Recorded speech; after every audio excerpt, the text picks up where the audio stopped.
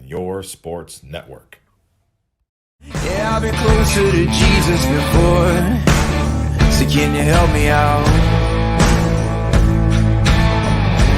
Oh, can you help me out? Am I on my own? Am I on my own? Or can you help me out?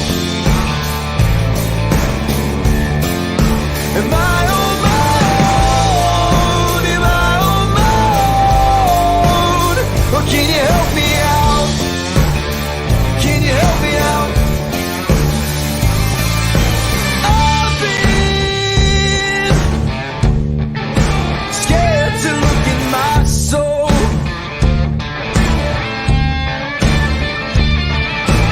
I've been afraid I would follow the road. Yeah, afraid of the things I've been told. Hello, everybody, and welcome inside Running Point on a Friday edition. Anthony Hartwig alongside Ty Bartell, who is in the studio with us today. Ty, good to have you in good old East Palestine, and good to see you face to face. Yeah, good to be in studio again, Anthony. As always, love to be in East Palestine whenever I get the chance. Not a lot of locals here tell me that they hear that a lot, but I love being in YSN studio when I get the chance. Hey, it's a great studio. It's a great place to be, and it's a great day on a Friday. The last time we get to see each other for 3 hours. Reminder that on Monday, Running Point moves from 12 to 3 to 12 to 2, but we'll have 3 hours of fun here for you today. It's Pick'em Friday, Ty, and that's our favorite time of the week. Oh, yeah, it's our favorite time of the week, Anthony, as we are on the eve of another football Friday, or on the morning, I should say, of another football Friday.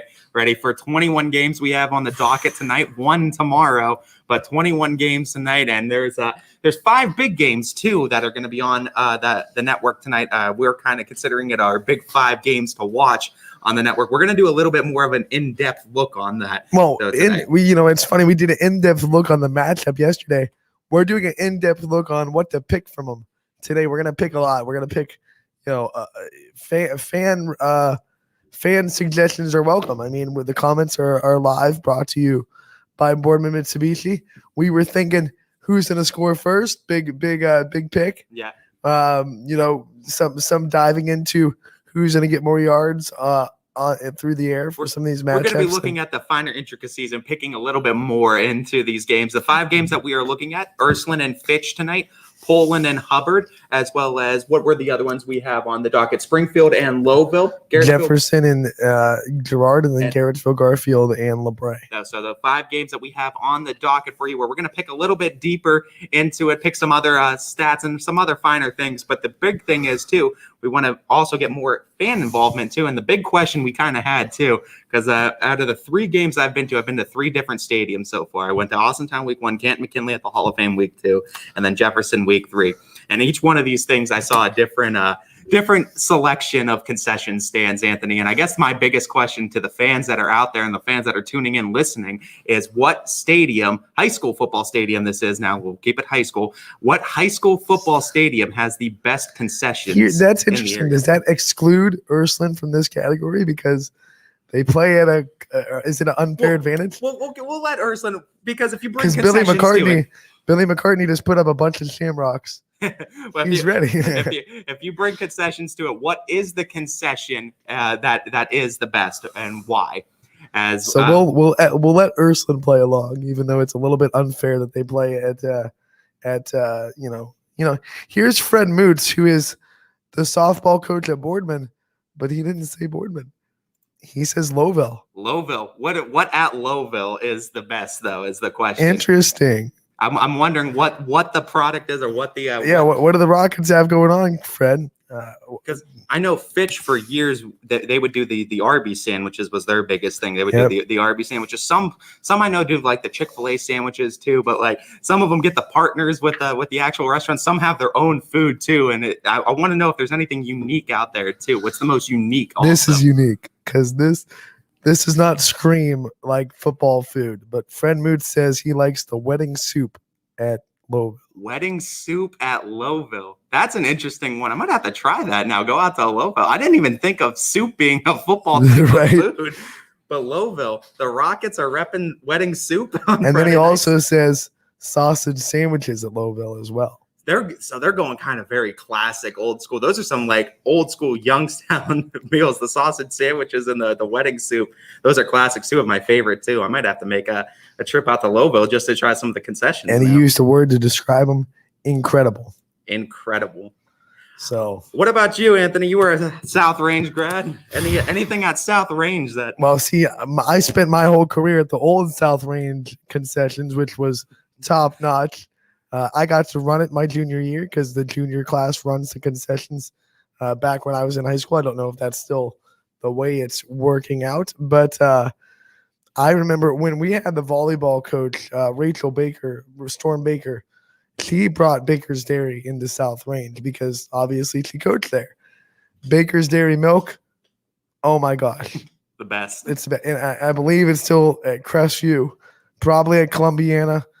Some other schools as well. I don't know where all the schools they hit, but Baker's Dairy milk, especially like the cookies and cream milk. That's a Oh thing. my gosh. A Oh, cookies and cream milk is Yeah. a thing. I've seen like other flavors. Like I've seen they come out with those Halloween flavors with like the orange milk, and then I see like a green milk come out in like March, but I've never seen a cookies and cream milk. That sounds pretty good. Gotta give a shout out to Baker's Dairy. But as we're picking these games, if you have another suggestion as far as concessions, or if you have an interesting, unique concession, or just one you want to shout out, be sure to shout it out as we go through all these picks. And then like you went to the Hall of Fame Stadium. What's their concession like? Were you able to check it out? I browsed a little bit of it. I didn't see their full selection, but I mean it was pretty standard. I think I saw like the hamburgers, hot dogs, fries. It seemed like pretty basic stadium food. And you know, a lot of places do that, but the biggest thing is where you get the hot dogs from, I think. And I've seen some places, you got to go with the all beef hot dogs, or like the big Franks. Like those are the ways to go. I've seen Nathan's at some places. I think I've seen Sugardale other places, but what hot dog you go with is definitely a big question. And some stadiums like Lowville do like a wedding soup or have like those unique concessions. I'm curious on how many of those stadiums are out there that have those unique type of concessions. Shout them out though. You know, when I wonder if Struthers football has the same concession mystique that the Fieldhouse does, because there's no popcorn like the Fieldhouse. That's just I've heard about the popcorn at the Fieldhouse, and it's been a few years since I so tried it. you'll wonder if they just use the same popcorn, or if there's a difference between Fieldhouse popcorn and Struthers football popcorn. Yeah, that's a good question. We'll have to get someone in from Struthers to try to confirm it. Is the popcorn the same across all sports, or is it just? You got to get your popcorn ready because South Range is coming to town tonight. Yeah, it's going to be a great matchup too. I mean, we know what Struthers is doing. Pretty impressive start to the season for them, though. But we know what everyone's thinking about South Range in Division 5 this year. You know, we are all football today, but I do want to remind people that there were games last night.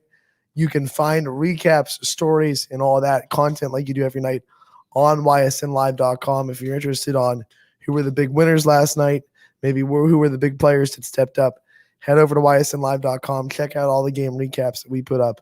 It was a big night for volleyball, but today, all football. Yeah, absolutely. But go check out those stories. Couple of record breakers too Yes. in volleyball last night. And that brings up another thing.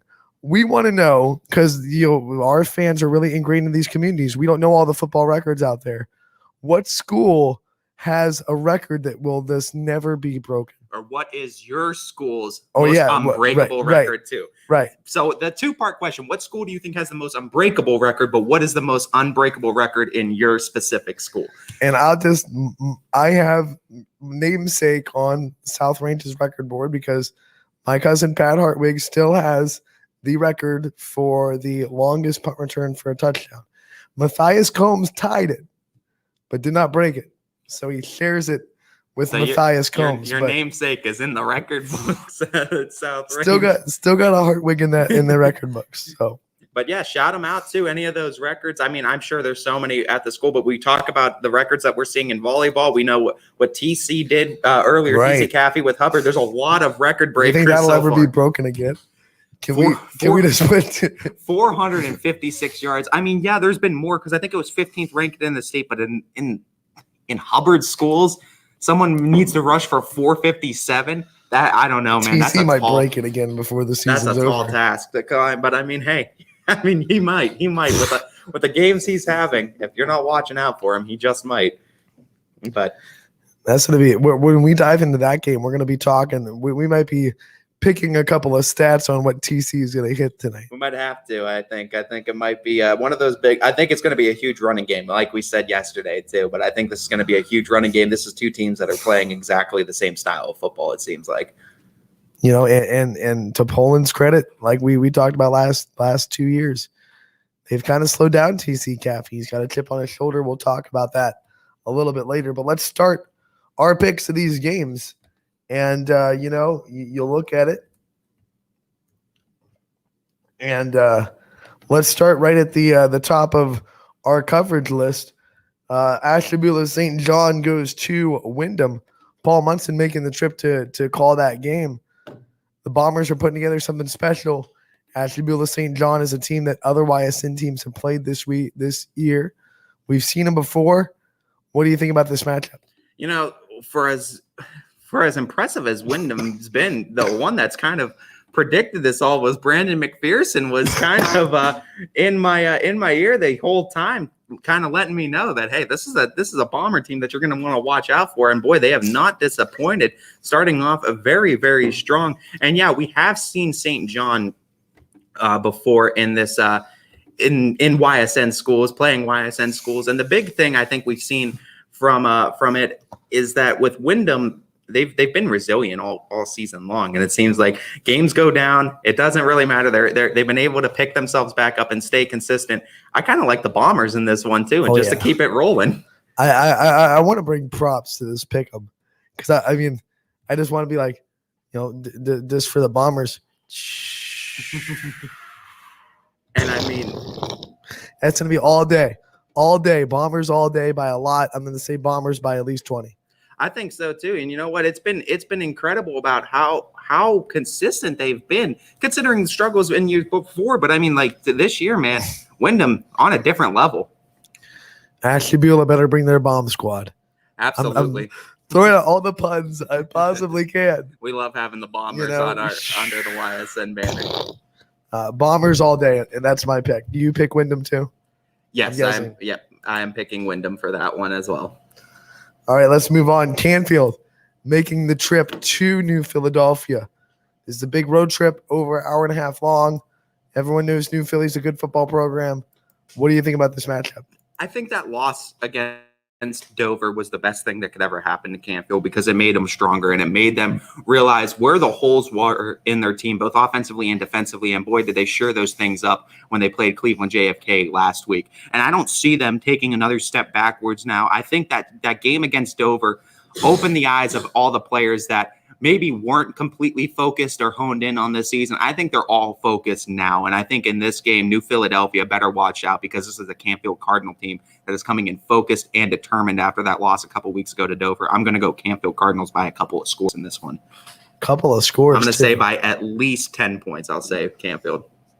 Okay, I like that. I'm going to pick Canfield too. I think you're right. I think they looked a lot better last week. I know competition may be down a little bit with Cleveland JFK, but I think that loss is going to propel them. I'm taking the Cardinals.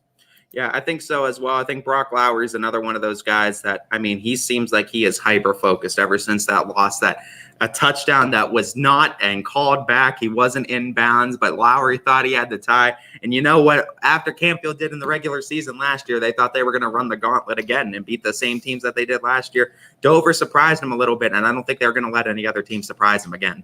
Now, this next game won't be on the network per se. Newton Falls has their own YouTube channel, so we will provide that link on Newton Falls' webpage. They are hosting Champion, and Newton Falls started the season 2-0, stubbed their toe a little bit last week against Middle Ridge. What can you make about this game? Champion needs to win desperately. They have a rough start to the season. Newton Falls, this is the start of the MVAC play. What do you think about this one? I think sneakily this could be really competitive.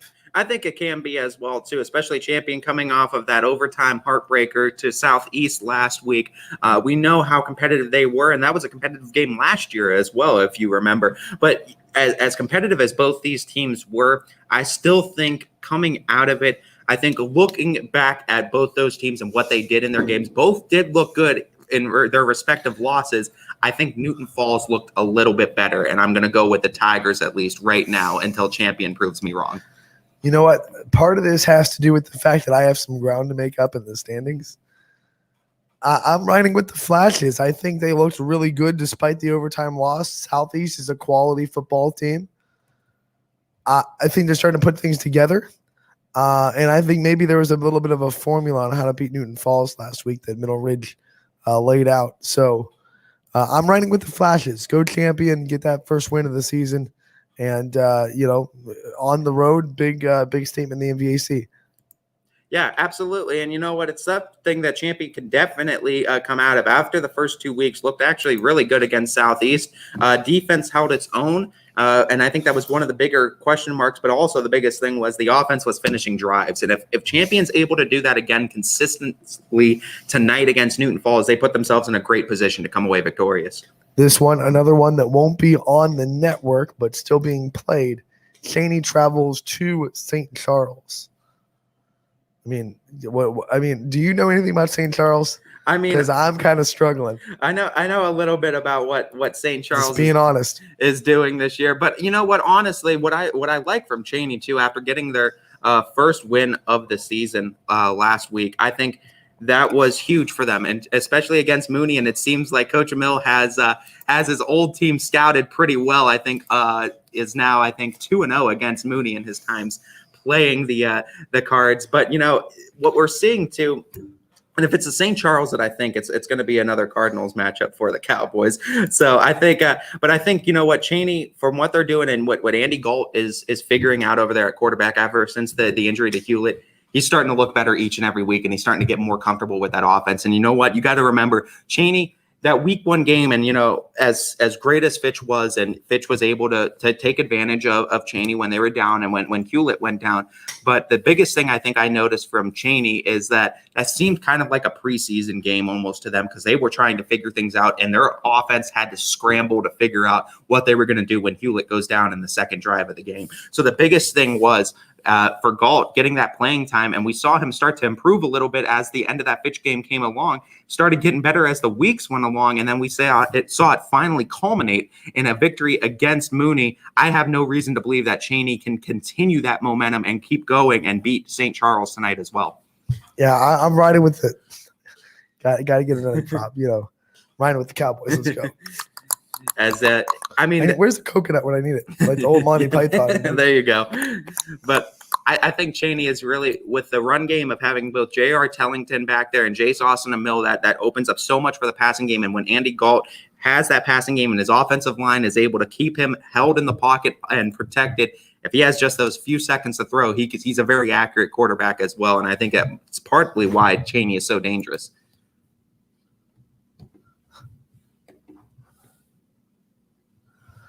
Oh, no. Brandon McPherson saying there's some Wyndham news that might change your pick. And he said he'll DM us. Oh, boy. So that's scary. You know what? I would never change. It's a YSN. I already said it. So we roll with YSN here. I already Ty said doesn't all the time, but I do. Yeah, I do it all the time. But what I think our rule was, even last year, if you audibly say it and you make your pick, there's no backsies. So there's no making a pick and then checking. There are no takesy backsies. So we're going with the Bombers all the way, Brandon McPherson. we're going with the Bombers. All right. So I'm riding with the Cowboys. You're riding with the Cowboys. Cheney all day. Yes, sir. Let's move on to our next game on the slate. This one will be on the network. Camel making the trip to Crestview. This one's interesting because Campbell's been one of those teams that has had ups and downs throughout this season, but their ups have looked really good and their downs at times have looked very questionable. But one thing I will say about Campbell is that their offense has always consistently fought this season, no matter how far you think they're down and out. This is going to be an interesting matchup, Anthony. What are you thinking on it? I think despite losing, Crestview continues to look better and better every week. They lost a heartbreaker to United. United made a play late in the game to win that. But Anthony Cusick was like 17 for 23, really efficient. They're starting to get a solid run from Rockland. I really think Crestview's starting to put it together. I don't think Camel is putting it together yet, and it's at Crestview. I'm rolling with the Rebels. I don't know where you're leaning, but I'm leaning towards Crestview in this one. I was looking at the fact that it is at home and the fact that you still have Anthony Cusick behind center and you're not going to keep him down for the whole season. So I agree with you. As good as Campbell's looked, and I have like the certain aspects I'm seeing from them, I still think Crestview has enough to still come away with a victory, especially being at home. And Alec and Larry will have the call there at Crestview. You move down. Well, we're going to talk about East Liverpool and Beaver Local a little bit later, as that's one of our 5 big games of the week. But you move to the next one after that. East Palestine going to Latonia. Derek Grossman and Dakota having the call there. EP Latonia hasn't played yet. Is this a chance for East Palestine? This is a chance. Mean, I think it is. This is a chance for East Palestine because you have one thing that Latonia can't get no matter what. You have 3 games experience under your belt now. And you got to remember, East Palestine has been able to play every single week. So they do have the 3 games under their belt. But if you want to play devil's advocate, Latonia has been itching to be playing football these last few weeks, and they want nothing more than to get on the football field. I love East Palestine. I love the underdog story, and I always try to root for the Bulldogs when I can, but I think this is a night that belongs to the Bears. I think Latonia is so amped up to come back and finally get that first game under their docket. I think there's going to be too much excitement surrounding Latonia tonight. Drew Deering asking Columbiana or Wellsville. We'll definitely get to that game later, but we're excited for that matchup. Here, you know what? Once again, maybe a little bit because I have to make up some ground. Oh, you're calling it. You know what? You're calling it. Maybe because I want some brownie points with the guy that's a little bit over there. And DJ Yoakley, who always rides with the Bulldogs and feels like he's the lone wolf. I'm riding with East Palestine. I believe in Tony Foster. And let's go, Tony.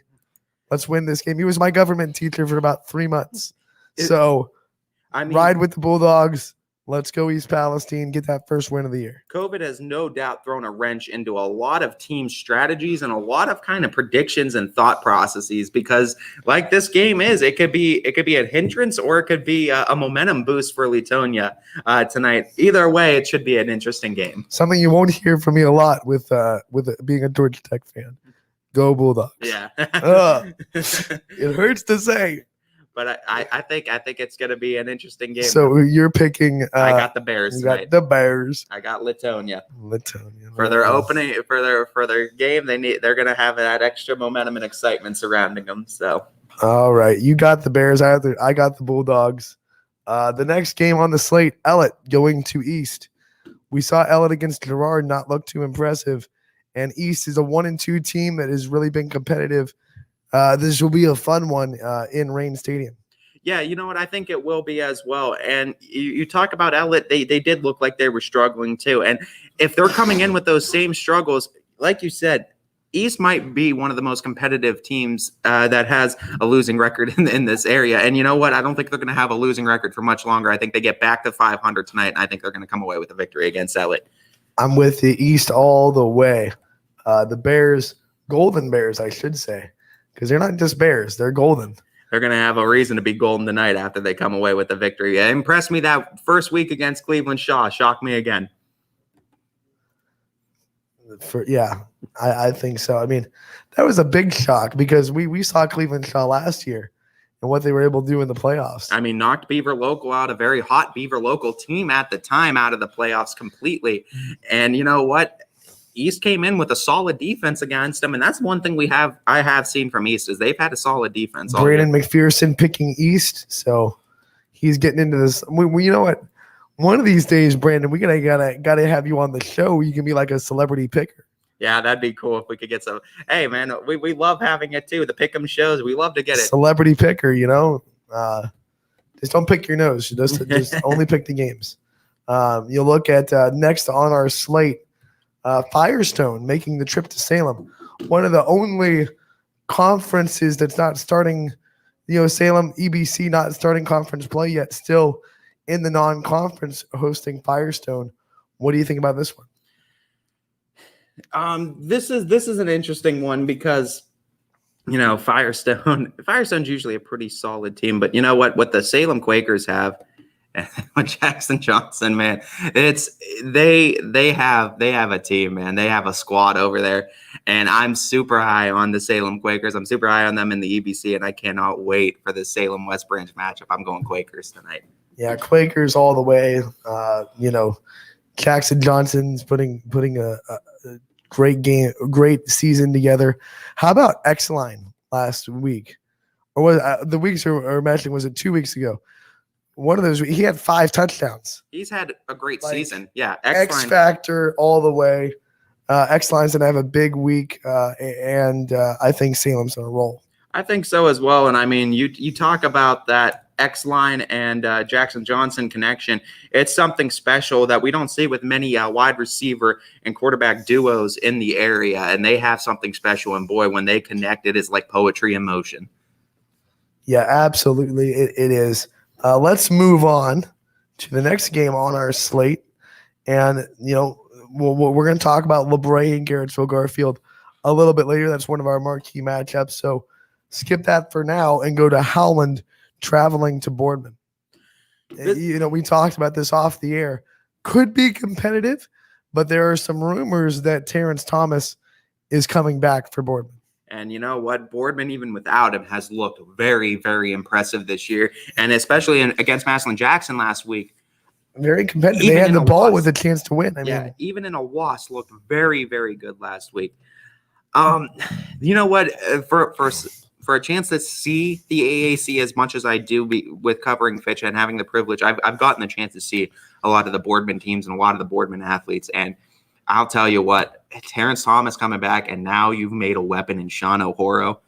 This is all of a sudden becoming a very dangerous team. I'm going to go Spartans tonight. You know what? And quick shout out to Anthony Hightower for taking that quarterback role while Terrence is down. I mean, he really stepped up, made a lot of good plays, threw a big touchdown in that game against Massillon Jackson. So he's really stepped up. And I mean, keep finding success on the field, and coach will find a spot for you to play. And I don't think that's the last time we see Anthony Hightower in the offense for Brandon McPherson saying he picked Salem and then he picked Boardman. So he's just picking right along with us. Yeah. We love it. So we got McPherson with East Salem and Boardman, and that's where we are with that.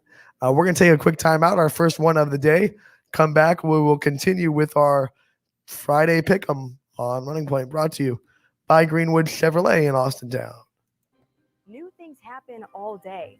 Some are good, some not so good. In today's complicated world, while you're busy working, playing, and living life, we're busy helping you make sense of the day's news. And there's only one place where it comes together with clarity, context, and accountability. It's 21 News at 6 with me, Madison Tromler, and Derek Steyer. 21 News at 6. It's what the day's news really means to you. Welcome home to a home made homier with Baird Brothers Fine Hardwoods. Inspiration starts at BairdBrothers.com and is turned into reality when high-quality hardwoods are delivered right to your home. Baird Brothers has the latest design trends: shiplap and skinny lap interior siding, antique oak rustic flooring. And, well, you'll find them all at BairdBrothers.com. Ordered easily, delivered conveniently, enjoyed comfortably. BairdBrothers.com. At Greenwood Chevrolet, shop with confidence knowing we're ready to go the extra mile for you. With the largest selection of used vehicles in the Valley, backed by the Greenwood Advantage Warranty. Every one of our vehicles has undergone our own 126-point inspection, so it passes the most important inspection, yours. No other dealership has the extra inventory, gives you extra for your trade, and goes the extra mile for you. Only at Greenwood Chevrolet. WRS Wealth Advisors, the area's premier wealth and retirement specialists. Located on South Avenue in Boardman. Quality, customer service, and integrity. Those are the 4 words that have driven our success since 1957 at Joe Dickey Electric. Joe Dickey Electric is one Mahoning Valley landmark business that stays current with the requirements of our customers. Family owned and managed, we are an electrical contractor and energy solutions provider. Every member of our team adds to his or her skill set through ongoing training. Residential, commercial, industrial, automotive, and more. We keep ahead of the needs of our customers with a fleet of more than 50 vehicles and 24/7 emergency service, so you're never left in the dark. When looking for home design inspiration, don't just be inspired, be Baird inspired. Whether new or remodeling, Baird Brothers has the latest trends like shiplap to refresh your home. Go from inspiration to installation with our wide selection of in-stock American hardwoods. From the rustic charm of antique oak to the warmth of traditional cherry, Baird Brothers has what you need to make your home inspiring. Baird Brothers, our family's heritage, your family's home. For a great vehicle and a great experience, come to Boardman Mitsubishi today. As always, our full lineup of Mitsubishi models comes with a standard 10-year, 100,000-mile powertrain warranty. Boardman Mitsubishi, your hometown Mitsubishi dealer since 1999. Cocos Pizza, always supporting our community and our local athletes. Stop in on game day or score big and have it delivered right to your door. Check out our daily specials at cocospizza.com. That's Cocos Pizza, we serve it hot. At Hubbard Chevrolet, Hubbard can help you get the financing you need, regardless of your situation. I'm Tony Page, and I've helped thousands of customers in Northeast Ohio and Western Pennsylvania buy a vehicle. Visit HubbardChevy.com to get pre-approved. Remember, folks, Hubbard can help.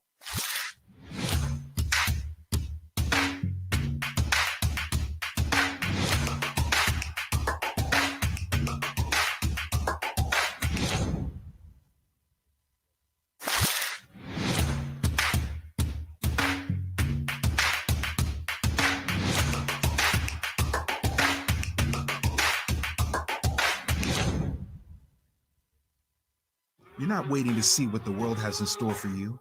It's more about what you have in store for the world. All you need is the opportunity.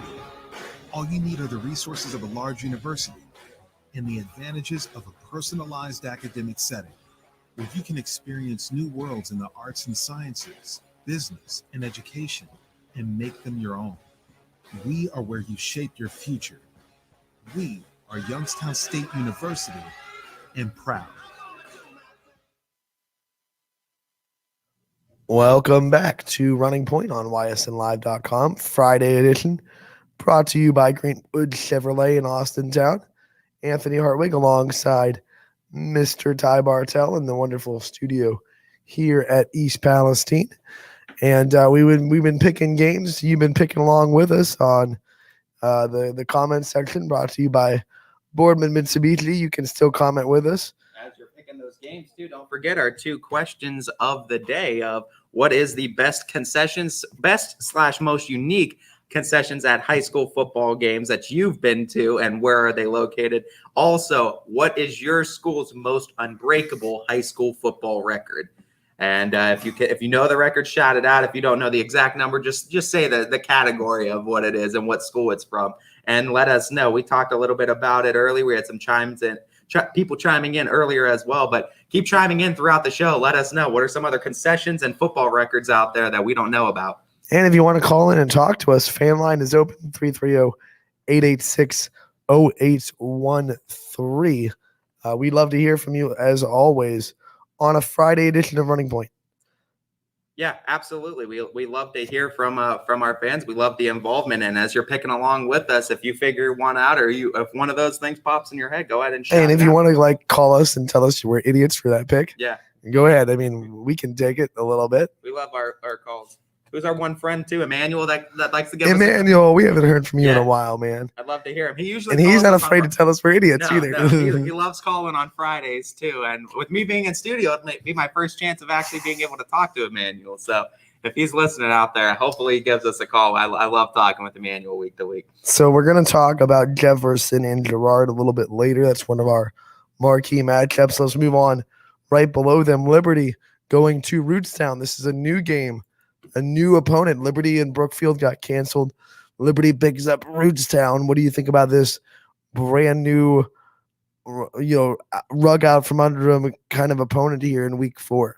I mean, I think it's showing that Liberty is not shying away from any kind of competition, and they're going to schedule anybody, no matter where they're standing. But they are scheduling a 2-1 now Rootstown team, one that just came off of another big victory against Field High School out in Mogador, beat another YSN school in Champion earlier this season, but Champion was pretty competitive against them. And their one loss came in week 1 against Crestwood this season. But I think originally scheduled to play Pie Valley this week. That got nixed, and now they're playing a Liberty team. And it's a Liberty team that you're pretty high on this year, Anthony. You really like the Liberty defense. You really like what Liberty has bringing to the table. And you know what? I think despite the fact that they scheduled late, so did Rootstown. And Rootstown might be riding a little bit high after the victory against Field, but I think Liberty has a lot to prove, and I think a win would be huge for the Leopards right now. I'm going to go Liberty in this one. And real quick, we have another vote for Lowville concessions from Brandon McPherson.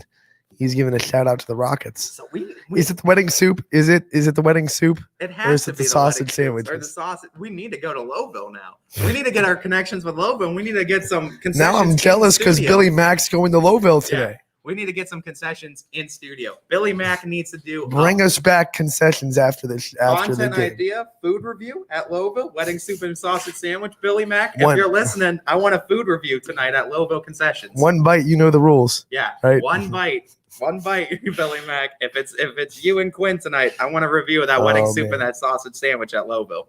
I'm riding with Liberty, by the way. Yeah, still riding with Liberty. Go with DC Farrell. I love the playmakers they have. Love their defense. Love the energy. I'm high on the Leopards, and I'm picking Liberty. Liberty, I think that they have a great chance tonight too, and I think another win will put them right back on track for the season. Liberty. Having a very successful year. They really are, and they're starting to grow every week. They're getting a little bit better every week at things they're doing. Yeah, absolutely. And you know what? I think it's just a culture shift that we're seeing over there. And I think it's the biggest thing. I think it's something that the team really needed to. And, when you have something to kind of believe in and buy into, it makes things a lot easier. And it seems like there's no doubt there's a reason for these kids to play football over there now. And they all have bought into the program. A matchup in the EOAC, Lisbon heads to Southern. What do you think about this one? This is going to be an interesting one because Lisbon, after coming back we all know what happened there. They came back and they actually looked very competitive in that last game. And I really do like the way the Blue Devils have looked. So much so that I think the Blue Devils, I don't see this being an 0-10 team in my opinion, and nor do I think they will be. And I think despite as good as Southern's been, it's been interesting because Southern's been at top of that division. I'm rooting for Lisbon, but I can't pick for them. I'm picking Southern in this matchup still. Until Southern gets knocked off, I got to pick Southern, but I'm rooting for you, Lisbon, and I hope you do get it done. You know what? We talked about the Lisbon football right now. They need one. They need a victory. It goes past final scores, though. Yeah, it does. You're absolutely right. But I think a victory would be huge. It would be huge for this program just to find something to be happy about. You wouldn't be able to script it in the movie and make it more real if they got a win tonight against Southern. Exactly. And you know what? I think that's the biggest thing for Lisbon right now. And I think this one's going to be a lot more competitive than what a lot of people might think. And I hope they prove me wrong. I really do. I'm in your boat, Ty. I want it real bad. I'm rooting for it real bad. I can't pick it. Yeah. I can't pick it. It's as good I feel like a cold-hearted villain in a Disney movie. Yeah, you do. You do a little bit. Welcome to the dark side a little bit, Anthony. But for as good as Southern's been, too, and we know Southern was at the top of the EOAC last year, I'm one of those, prove to me that you can knock a team off and you'll make me a believer. Once you knock them off, I'll be a believer in the Lisbon Blue Devils. So let's say now, if Lisbon wins tonight, are you picking Lisbon the rest of the way? Can we say that? Let's see. What didn't I make that promise with another team? I feel like you did. Let me see what other teams. See, the only game on the remaining schedule for Lisbon that I'm going to have a little bit of struggle picking with is going to be next week with Valley Christian, because I'm pretty high on Valley Christian right now too. But you know, but if they beat Southern, it'll be an interesting one. I don't want to make that decision yet, because you're just trying to get caught up with me in this pick'em standings. Boo, boo. McPherson picking Liberty, and he's also picking Southern. As I think both Liberty and Southern are going to be. I think those are both solid picks, but I do think those are both going to be very competitive games as well. Marlington goes to West Branch, and West Branch has looked so unbelievably good this year. What do you think? I mean, Marlington's tough. It's going to be a competitive one, but what do you think about this matchup? Marlington's tough, but until someone knocks West Branch off of their pedestal. Same story, Ty, right? Same story. I mean, you're looking at a team that averages over 40 points a game since last season, and they aren't slowing down at all. They're a team that is going to pile it on you, and if you make mistakes, it just equals more points for them. And that's a scary thought whenever you play a team, knowing that any mistake you make is immediately going to result in points against you. You know, we have to take a break from our pick'em because we have a special guest coming on. Oh, a special guest. We have Billy Mack popping in on the show. Oh, Billy Mack coming in. How we doing, Billy Mack? Look, Elliot, he's rocking his Ursuline gear. And he's showing it to the crowd. Oh, is he? What's up, Billy? Go you. Go you. Billy, we have you on because not only are you calling a big game, but you're very connected with another one. I mean, first, let's talk about the game that you're going to broadcast tonight, Springfield and Lowville. From your perspective, what do you think about this matchup? I'm not as sold as everybody else is on this game. Vinny Malone is a pretty good quarterback. And I'm just concerned that they haven't played a soul. They played Campbell, 1 win. Wellsville coming off their first game of the year. Everybody knows how difficult it is to win football games, and to start a season week 3 is challenging enough. So that's a little bit of concerning to me. Springfield's been challenged this year, which is unusual to talk about. They've also lost a competitive game to a degree with South Range, and then a very competitive game with Brookfield. So Springfield's been challenged. They've won a lot of football games in the past couple of years. So I'm going to pick them later for the Power Hour. I'm going to save mine for that. But I anticipate a pretty good balanced game early on, and then potentially somebody might take this game away. But I will say the strength of Louisville is obviously through the air, and Springfield has never really shown in the past couple of years, even this year, is stopping the pass. So it's strength versus weakness there. I just want to know, like, hey, does Louisville actually believe that they can win this football game? Do they go into tonight's game going, hey, you know what, we belong with these guys? If they do, I expect a pretty close game all the way to the end. If not, it could be bad news for the Rockets. How quickly into the game do you think, because of course, Bo Brungard playing both cornerback and quarterback, so he plays on the defense as well. How quickly into the game do you think Vinny Malone throws towards Bo Brungard? Listen, the Seahawks used to have the Legion of Boom back in the day. I would stay away from, if I see Bo to the left, I'm going to the right. I think for me, I don't want no part of that dude. Leave that dude alone. Don't give him any type of spark, any energy. Just leave that dude on an island and put a decoy on that guy, and just let him just run 9 routes. Just run 9 routes all day. Try to wear him down. I'm not even trying to go at that guy. I don't want to piss him off. I don't want to upset him. I don't want to talk any trash to him, because we all know Bo is Bo knows. Okay, and he's a dog out there, so I don't want no part of Bo. He's one of the best players in the Valley. It's hands down. Again, just leave that man alone. All right, well, you're gonna pick the game later, but we still need you to pick something. So we're gonna propose a question: who's gonna have more all-purpose yards after the game's over, Vinny Malone or Bo Brungard?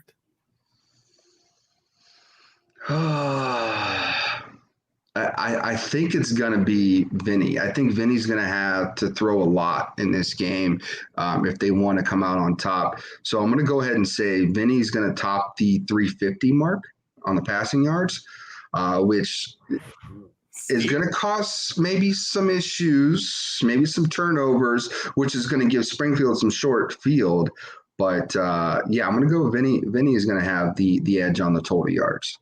Of course, you got to turn into the power hour too to see Billy and all of their picks as well too, not just ours. Another thing we have to pick for Lowville is what are you going to eat at the concession stand? Because we've been told by many people today that Lowville is the place to go for concessions.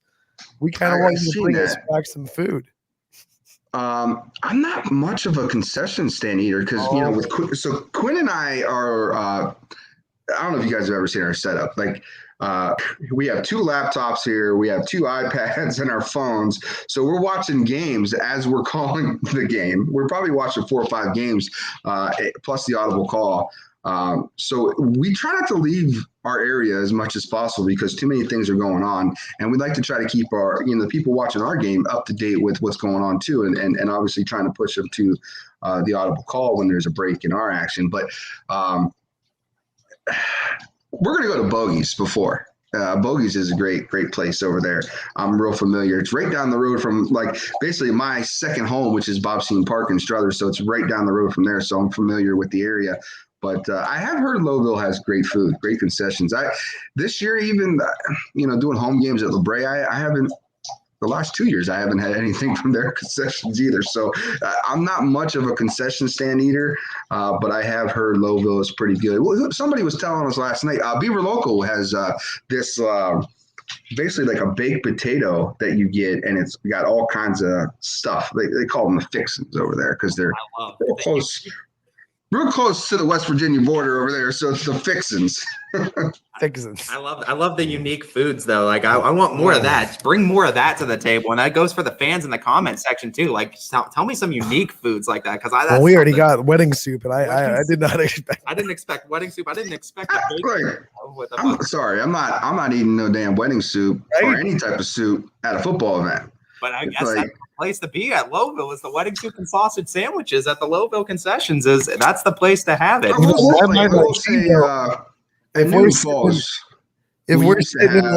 we're sitting in like 50-degree weather, soup might feel pretty good.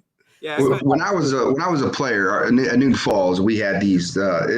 They brought in these walking tacos, basically like a Frito bag. You put some taco meat.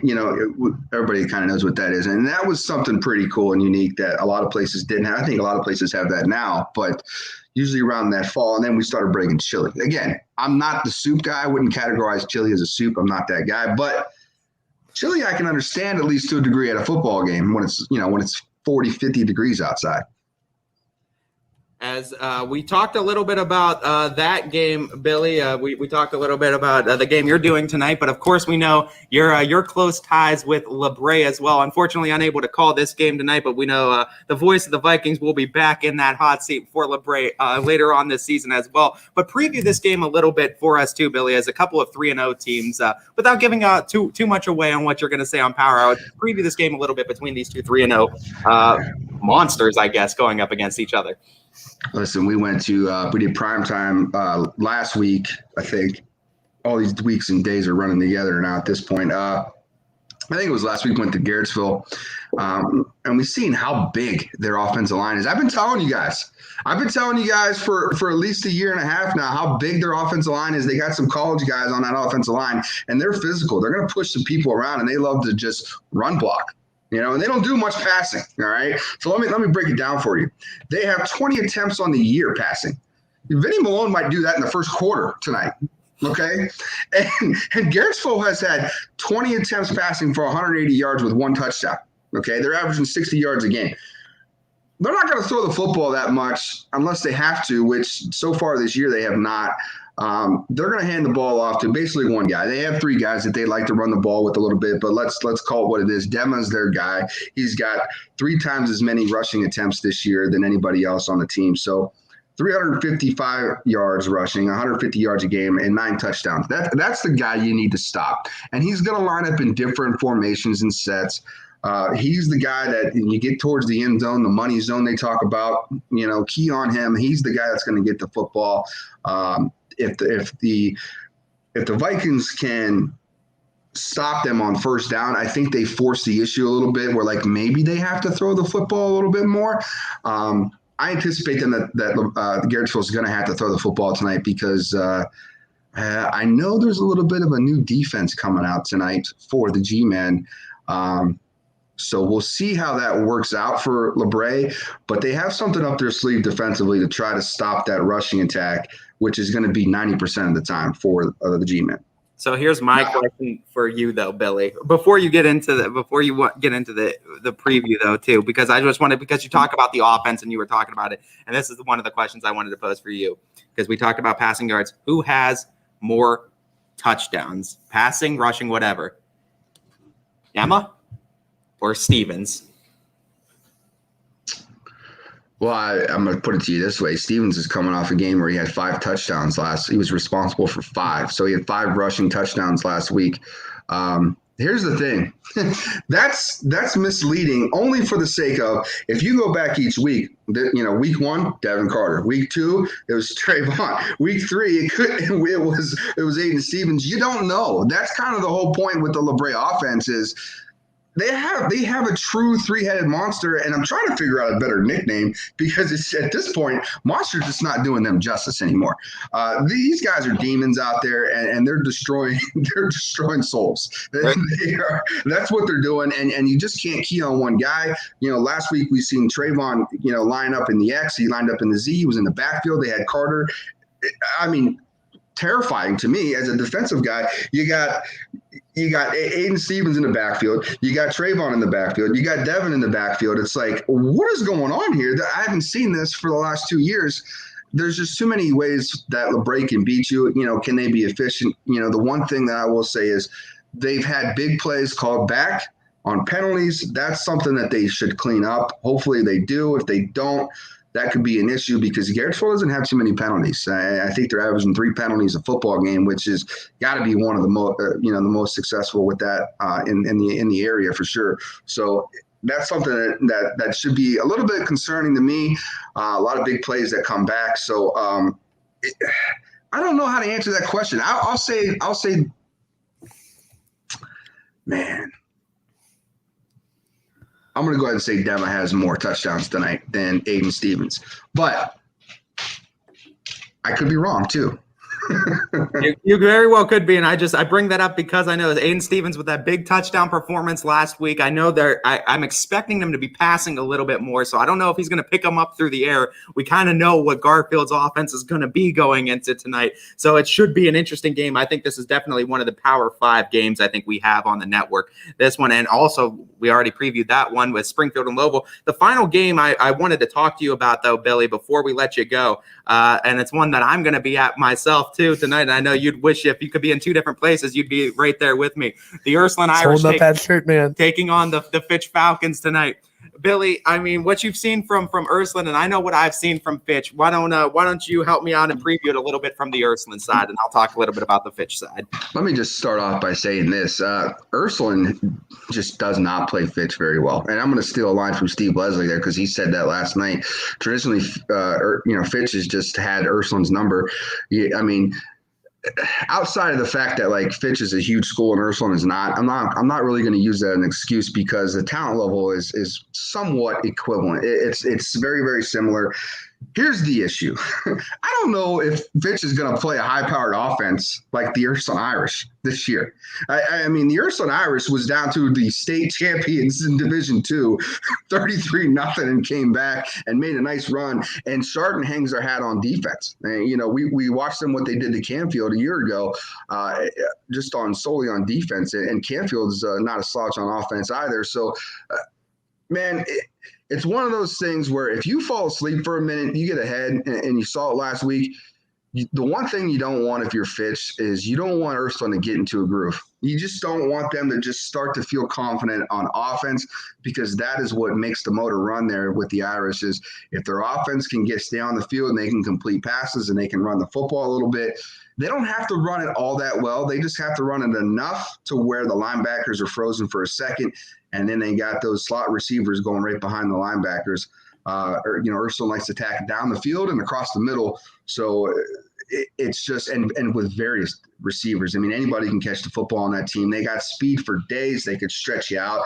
And also Brady can take off and run on you. He's not, he's a big guy, but this guy's pretty fast. He's a 4.7 guy. So it's not like he's not just a guy that just stands in a pocket and throws the ball down the field. He can move as well. So I really like this. This to me is the most intriguing game outside of, obviously, for me, LeBray and Garrettsville. I like the Irish in this one, but I'm a little nervous because, again, with Fitch taking last week off, that's what really makes me nervous. Is Fitch having a week off last week? Are they prepared for Ursuline and just the game speed? You at this point in the season, you're still trying to play games to catch your legs underneath you. TJ Parker is a great coach, and Ursuline's got a pretty good one too. So they got a guy that's won a couple state championships. So he knows how to win huge games and prepare his kids for big games. And coming off a loss, the Irish are hungry, and this is a big game for the Irish too, because this will carry them right into the playoffs. Their back half of the schedule is still pretty tough, but at the end of the day, they win this game and go 500 the rest of the way. They're in the playoffs. I don't care what nobody says. They beat Fitch. They're in the playoffs. It's a done deal. I think so as well. With another win over another up division team, you're playing up 2 divisions again. If Ursuline gets that one already with a victory over Bishop Hartley, it's gonna definitely boost them. I guess the question you have to ask though for this one, if we're looking at stats, it's the final installment of Sherwood versus Shannon. We've seen this will be the third time. Of course, we know Sherwood has the first 2 over Shannon, but this is probably the best Ursuline team the Falcons have yet to face. Who do you think has more passing yards tonight, Devin Sherwood or Brady Shannon? I think it has to be Brady Shannon. It has to be Brady Shannon because I think the Fitch can run the football a little bit better, and I think they look at this Ursuline defense, and teams have had some success running the football. So that's got to be a game plan tonight. I know Sherwood wants to let's chuck it around, but I think the game plan from TJ Parker is going to be let's keep this ball away from the Irish offense and let's chew up clock and run the football a little bit, because teams have had a lot of success against the Irish running the football, especially getting to the edge.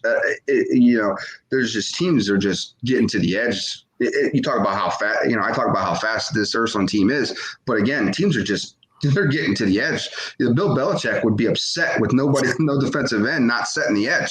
It's been terrible to this point. And they know, and I think they know that they got to fix that. But and it should be a tough challenge tonight. But if the Irish want to win, Brady Shannon's going to have to be the guy tonight throwing the football around. So I look to him to be the guy that has the most stats for this game. Billy, we thank you for coming on. We look forward to hearing more of your wonderful take. I'm sorry, on the Power Hour, and shocker. I don't think who he's gonna pick is gonna be much of a shock in that game. He might have. I'll give you this one. This one's gonna be Ursuline all day. Yeah, he gives you a little bit of a tip on some of the games, but he's known for his surprises and his last second changes. Be sure to catch Billy's game, though. It's going to be Springfield and Lobo, and it looks to be a good one. I think the biggest as Anthony's dying. I might die. The biggest question is who's he going to swerve this week? Yeah, I got a couple. I got a couple. I think I'm gonna have a little fun with today. Billy's. I will say this. I have one huge surprise today. Big tease. 3 o'clock on the Power Hour. 3 to 4, don't miss. It's huge. It's huge. 3 o'clock on the Power Hour. We catch all of Billy's swerves, and then of course 7 o'clock tonight out at Springfield Lobo. That big game tonight, one of our big 5 games on the network. Be sure to catch Billy's voice on that one. Billy, good to hear you on Running Point. I believe the first time you've ever been on Running Point. Oh no, I hosted last week. Well, you did. Yeah, but I forgot it. Thank you, by the way, for doing that, because I was down. So thank you. We thank you for no problem. As always, Billy. Of course, we love hearing your opinions. Love having Billy Mack on too, That and it was was great too. It was great because we get the preview. I mean, no one's gonna know both LeBray. I mean, the game he's previewing, and of course, we know how big of a fan he is of the Irish. So just getting that take too, and we want your takes as well. Hey, we want to pop into. We know plenty of in the YSN family that want to pop in, but hey, the fans in the comment section too. Give us your hot takes too. Follow along right with us. We're going to be doing that for those 5 games, the 3 games we talked with Billy about. We're going to do those same picking the stat lines too, and what we're going to think individual stats are going to be. But we're going to do Jefferson and Girard tonight, and also East Liverpool and Beaver Local tonight. We're going to do a little bit of those in later in the show. But don't go anywhere. Keep tuning in though to what we're doing. We got a lot coming up. We're going to take a quick break as we continue on Running Point Friday edition, brought to you by Greenwood Chevrolet in Austintown. Every customer has a story, and at Greenwood Chevrolet, we are committed to making sure it ends with you in the right vehicle. I get to be part of somebody's adventure, whether it's buying a car for the first time, helping them get approved, or finding the perfect car for their budget.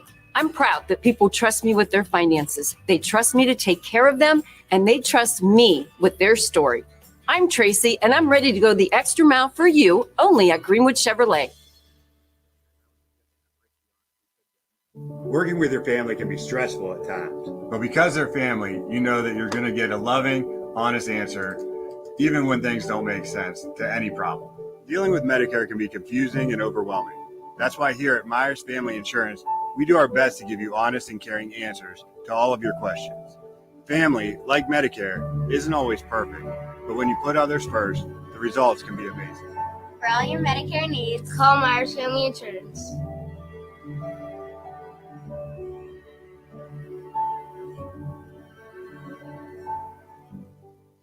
It's storm season. I think we're under the gun for some heavy storms over the next couple of hours. And Storm Tracker 21 is ready. This is probably the one we're keeping a closer eye on. On air, And locally, we're going to have a lot of eyes on our area. online, All right, let's talk high-risk Futurecast and the timing of this weather. on social media, and on our app. Notice we'll have scattered showers on Thursday. Stay ready with Storm Tracker 21. The severe weather threat now through around sunset this evening. Hi, this is Tommy Clem, owner of WRS Insurance Solutions. WRS Insurance Solutions is a local independent agency that specializes in life, Medicare, long-term care, and disability products. Call us at 330-953-3722 or visit us at wrsinsurancesolutions.com to learn more. Good luck to all the student athletes in the Valley.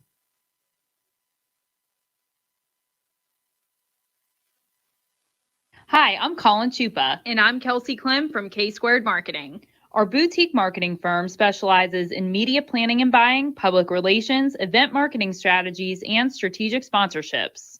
We can integrate our services with your existing game plan, or we can be your entire marketing team. Your goals, our game plan. Let's win together. Call K-Squared Marketing at 330-623-2730 or visit ksquared.marketing to learn more. Jimmy Sutton here, Director of Isle, Purple Cat, and Golden String. We are happy to support YSN and 2 of my favorite people, Scotty Mincher and Super Dave O'Malley. We are an agency that provides services for adults with disabilities. We infuse humor, passion, and joy into their lives. If you know of any folks with disabilities that need our assistance, please contact us.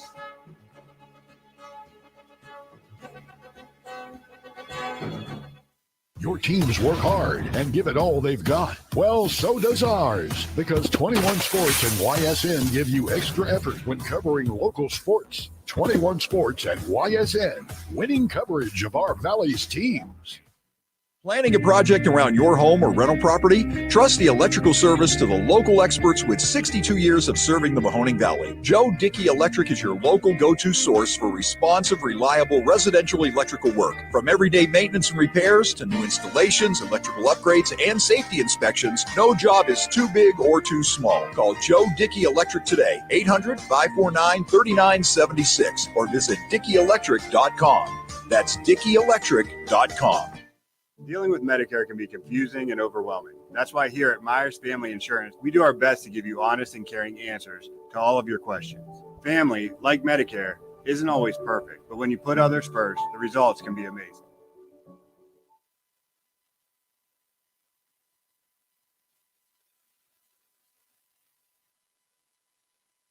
Welcome back to the Friday edition of Running Point on YSNLive.com.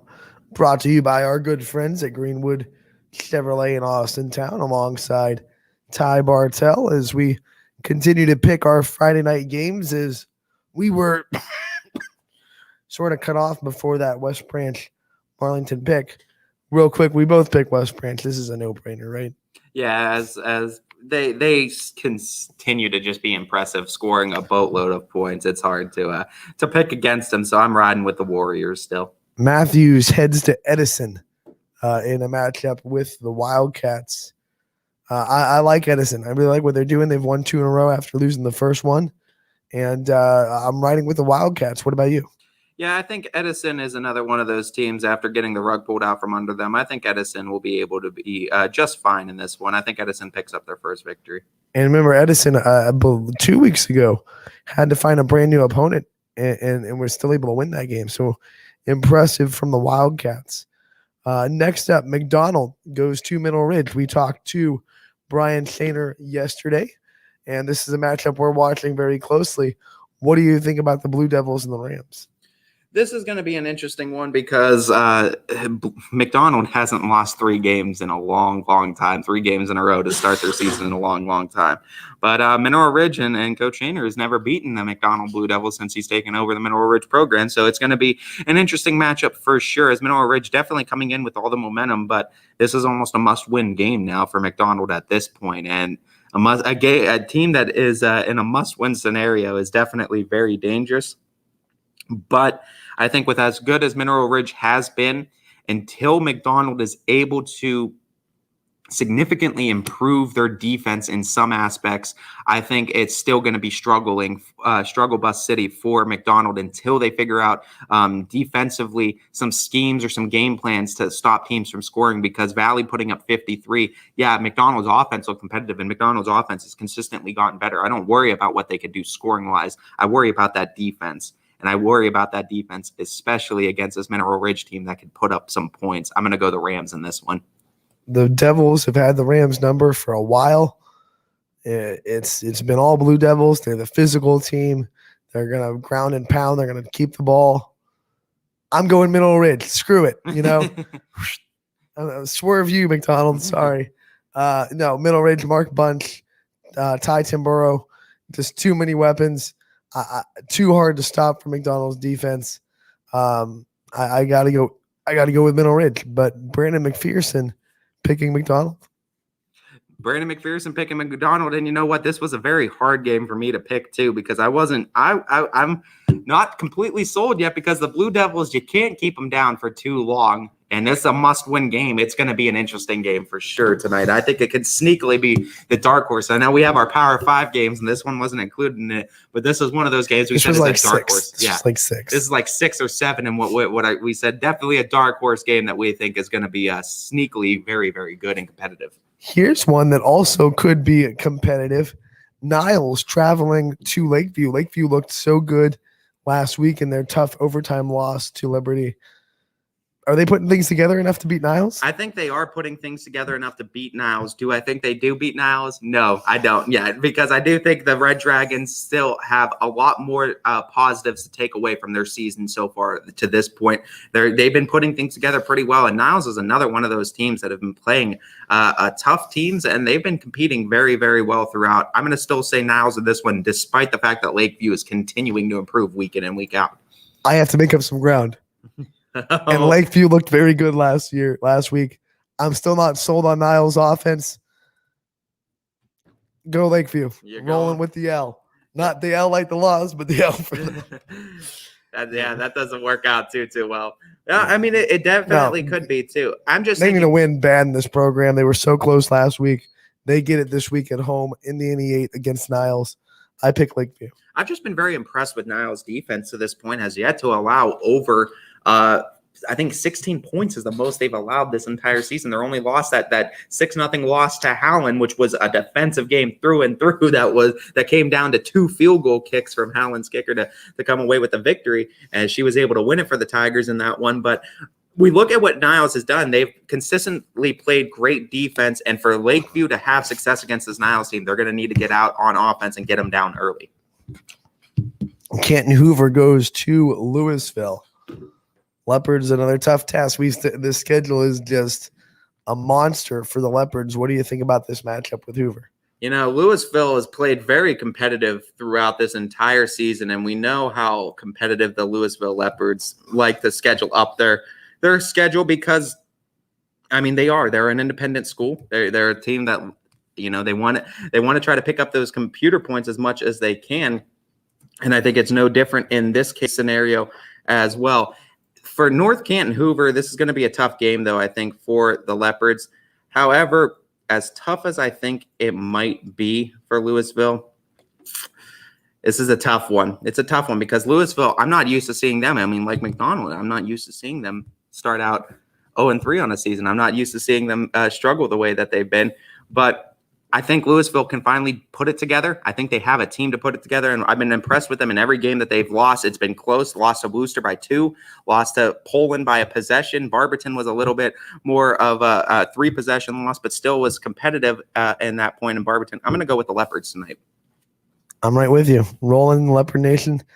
Brandon McPherson is not. He's on the dark side. He picked North Canton Hoover. North Canton Hoover. I think that's a good pick, too, because it's going to be tough for the Leopards, but I can't believe that Louisville. Fly the banner, Brandon. Come on. This is a YSN school.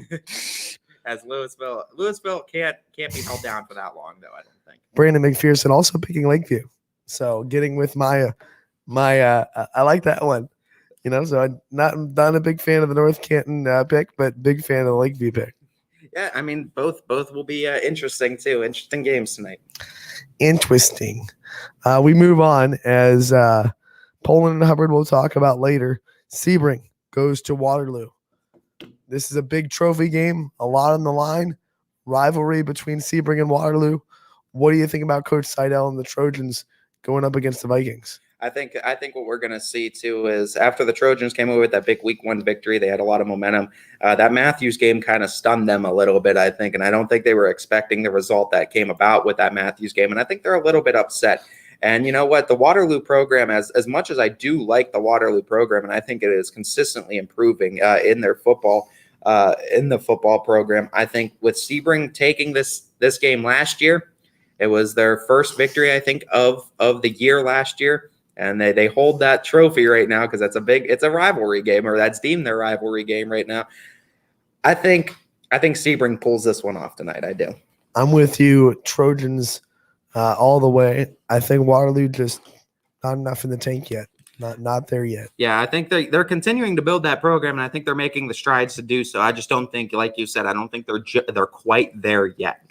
That means Sebring would be 2-1. If they were able to pull off that win. And hey, I mean, I think it's definitely possible as Coach Seidel aiming for history, trying to grab history at that high school. South Range Raiders, they travel to Struthers to open up NE8 play. Struthers has looked pretty good this year. South Range has looked, how do you describe it? They've looked unstoppable, unbeatable. They've been brushing off teams like it's their job. What do you think? Can they keep it up, or is Struthers going to give them a dogfight? South Range looks like they're ready to be playing in Tom Benson Hall of Fame Stadium come December of this year. That's what South Range looks like to me. But you know what? This is a Struthers Wildcat team that I don't think anybody, when they come in to play them, takes them lightly inside of the NE8, because no matter how good or how bad of a year Struthers is having, they still have the Struthers faithful that are sitting in those stands. And let me tell you something about the Wildcat faithful. You want to talk about communities that back their sports programs and back their team. Struthers is one of those that backs it tenfold, and they back it 110% all the way behind them. This is a game where if South Range comes in, and we talk about this with every team, but Struthers especially, if you come in thinking this is a pushover game, or you come in thinking this is an easy win in the NE8, you're going to get surprised by the Wildcats. But of course, we know Coach Yeagley doesn't take any opponent lightly. Coach Yeagley strategizes for every opponent like they are an unbeaten powerhouse team. So I think it's going to be just fine on the game planning side for the Raiders. But I do still think that the Wildcats can stay competitive in this one. But I do pick South Range to come away victorious in the end. I'm rolling with the Raiders too. A big shocker. The South Range. I'm rolling with South Range. I just think. I think too much for Struthers. It'll be closer than a lot of people think. Struthers will put up a good fight because they've looked really good this year. but not at this level yet.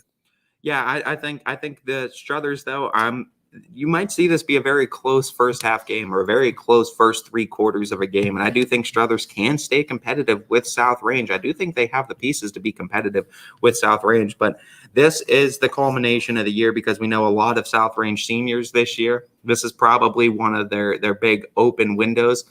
We know South Range doesn't really ever rebuild. They just reload. But this seems like one of the most open windows we've seen South Range at taking home some gold at the end of the year. Brandon McPherson rolling with the Raiders as well. So they sweep the picks here on Running Point. And you move on. The next game's on the slate, Springfield Ovo. We're going to talk about them later. Ursuline Fitch, we're going to talk about them later. Warren JFK at Conneaut. This game not going to be on the network, unfortunately, but still happening. What do you think about the Eagles trying to bounce back after their first loss of the year and go into Conneaut? I think the Eagles will be just fine. The Eagles lost some games last year. They use it to make themselves better. And I think this is a team that is destined to make another appearance in the Division 7 state championship at the end of the year. I really think so. I think being the state runners up last year gives them a lot of momentum. But if I'm going to say anything about that going into it, right now, I think there might be a certain someone in a Rockets uniform that might have something to say about that. But no, I definitely do think that the Warren JFK Eagles come away victorious against Conneaut this week. I think this might be one of the more lopsided games of the night. JFK, I don't think Conneaut knows what's coming. I don't think they do either. either. Oh my gosh, a storm is coming. JFK big. I'm going to say JFK by at least 30.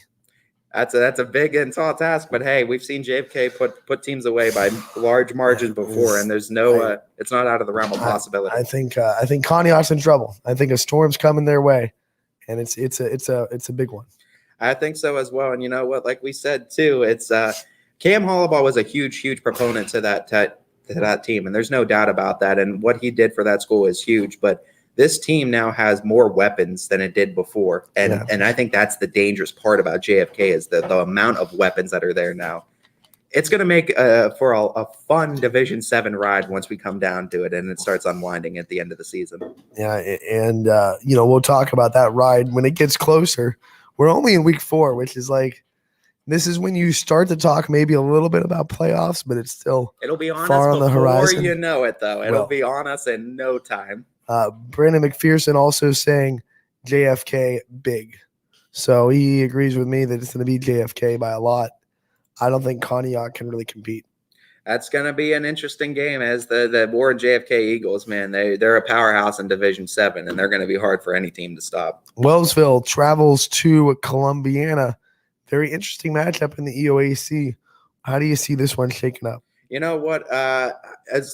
As much as I like the Wellsville Tigers, I do like Wellsville a lot. I like their program. I really like their volleyball program. I really like their basketball programs too. Their football program is one that, I mean, it's a solid program, and I think they need a couple more pieces to it. I think Columbiana is just way more established right now, and I think that's really what's going to help the Clippers going forward. I'm going to call Columbiana in this one. Well, Wellsville missed a couple of games. Yeah. Starting to try to get their feet under them. Columbiana's been struggling this year a little bit. They got pounded by Wellington. Wellington? I believe Was it so. Wellington last week? I'm rolling with the Tigers. I gotta make some noise. And I'm rolling with Wellsville tonight, going on the road to Columbiana and beating the Clippers. I mean, it's very well possible. We know that first week game they faced Lowville, lost to Vinny Balone in that strong passing attack. Week 2, yeah, McDonald was able to came away victorious against McDonald. And like we said, Wellington, like you said, Anthony, struggled last week against Wellington. I'm seeing that as a way to propel the Columbiana offense, and I'm hoping that is what it is. But you're right, Wellsville too, only having that one game on the season, they're rested up a lot more, but rest versus rust debate comes in now, so it'll be an interesting game. Now, this next one is a big rivalry game, and I believe it's a trophy game too. Western Reserve goes to Jackson Milton. That's another huge game too on the docket, and one that, typically is one of those big 5 games for us. But with the way that Western Reserve has struggled a little bit this year, and you know what? To be honest, Jackson Milton has too. Jackson Milton has struggled too. So this is typically the two that are sitting atop of their division that play each other when this game comes around, but not so much the case this year. And it comes down to really right now, both these teams needing a victory, and you have to beat your rival, because I think a victory is going to give both of these teams a chance at the playoffs, but they definitely need a victory. And who's looked more impressive is the bigger question now throughout the season. We know Jackson Milton got that week 1 victory, but haven't been able to capture one since. We know Western Reserve's kind of been traveling around, and they've played some pretty big opponents too. The Blue Jays got that big victory against them last year too, and that's a big Jackson Milton got that victory last year. But I'm gonna go with the Western Reserve Blue Devils getting that response, getting that first victory of the year. I was hoping you'd go with the Blue Jays so I could go opposite. No, I'm going Blue Devils on this one. I'm going Western Reserve all the way on this one. I'm with you. I think Western Reserve might be the best 0-3 team in the area. They've had a really tough schedule. I think David Altier is still going to give a lot of problems to Jackson Milton, and I'm picking Western Reserve, and so is Brandon McPherson. I think it's a fair pick right now. I mean, despite the fact that Jackson Milton has the better record, I think Western Reserve has the better pieces as of right now. We have a game on. Sat. There you go. We have a game on Saturday that we have to get addressed. Lindsley coming all the way to our neck of the woods to play Cardinal Mooney at Mineral Ridge. That game will be called by Alec and Matt. What do you think about the Mooney Cardinals trying to get their a win under their belt against a team from West Virginia? You know, I mean, what's going on too with Mooney? I mean, they have a lot of off-field drama that's not helping the situation at all in Cardinal Mooney, and we don't want to address that. We keep it positive on this network. And despite all the struggles, it's like it's hard because you never want to count Cardinal Mooney out of anything, because we know their rich history and tradition and how successful that football team is over there. But Lindsley comes in 2-0 too, and I mean they've been solid this year, playing a lot of West Virginia teams, so we don't really know a whole lot about the competition that Lindsley faces week to week as much as we do Cardinal Mooney. But the big thing is you still have to play Mooney at home. And I know that's at Mineral Ridge, but the Mooney faithful will always travel, and they're always loud.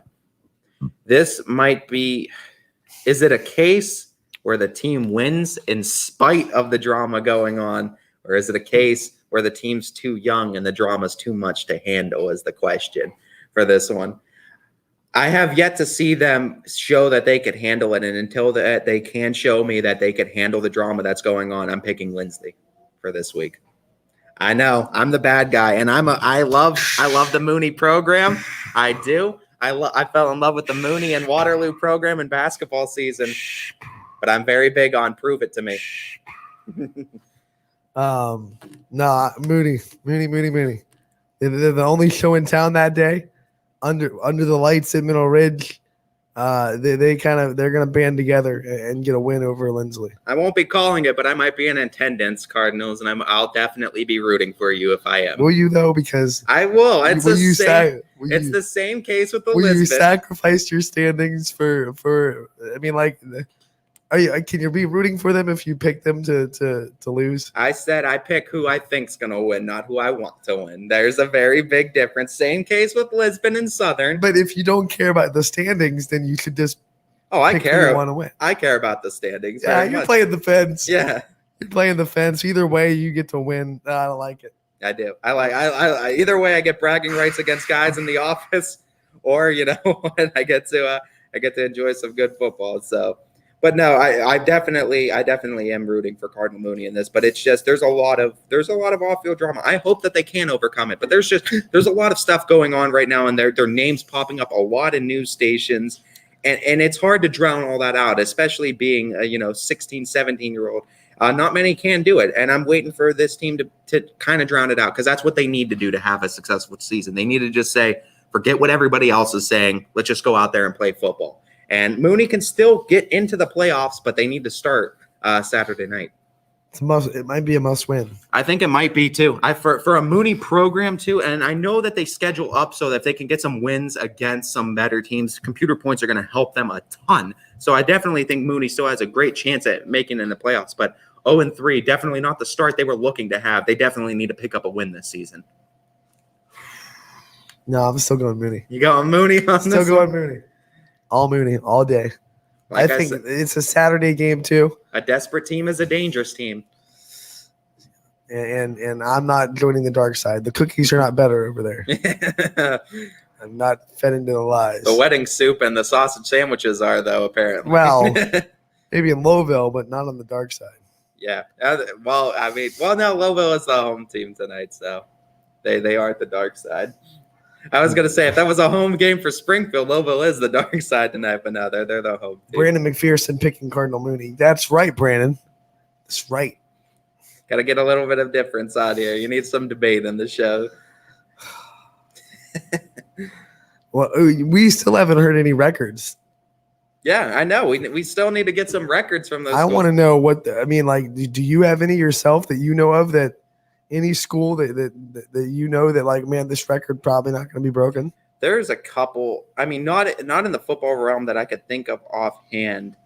I'm trying to think of ones in football. There's a couple of like rushing yards records that I've seen that I've been like, that is impossible, like in a season to break. And it's usually a lot of those ones in like the 60s and 70s that you see for those high schools where it's like, wow, that may never be broken. But Brandon McPherson, I'm sure, knows a few about Wyndham too.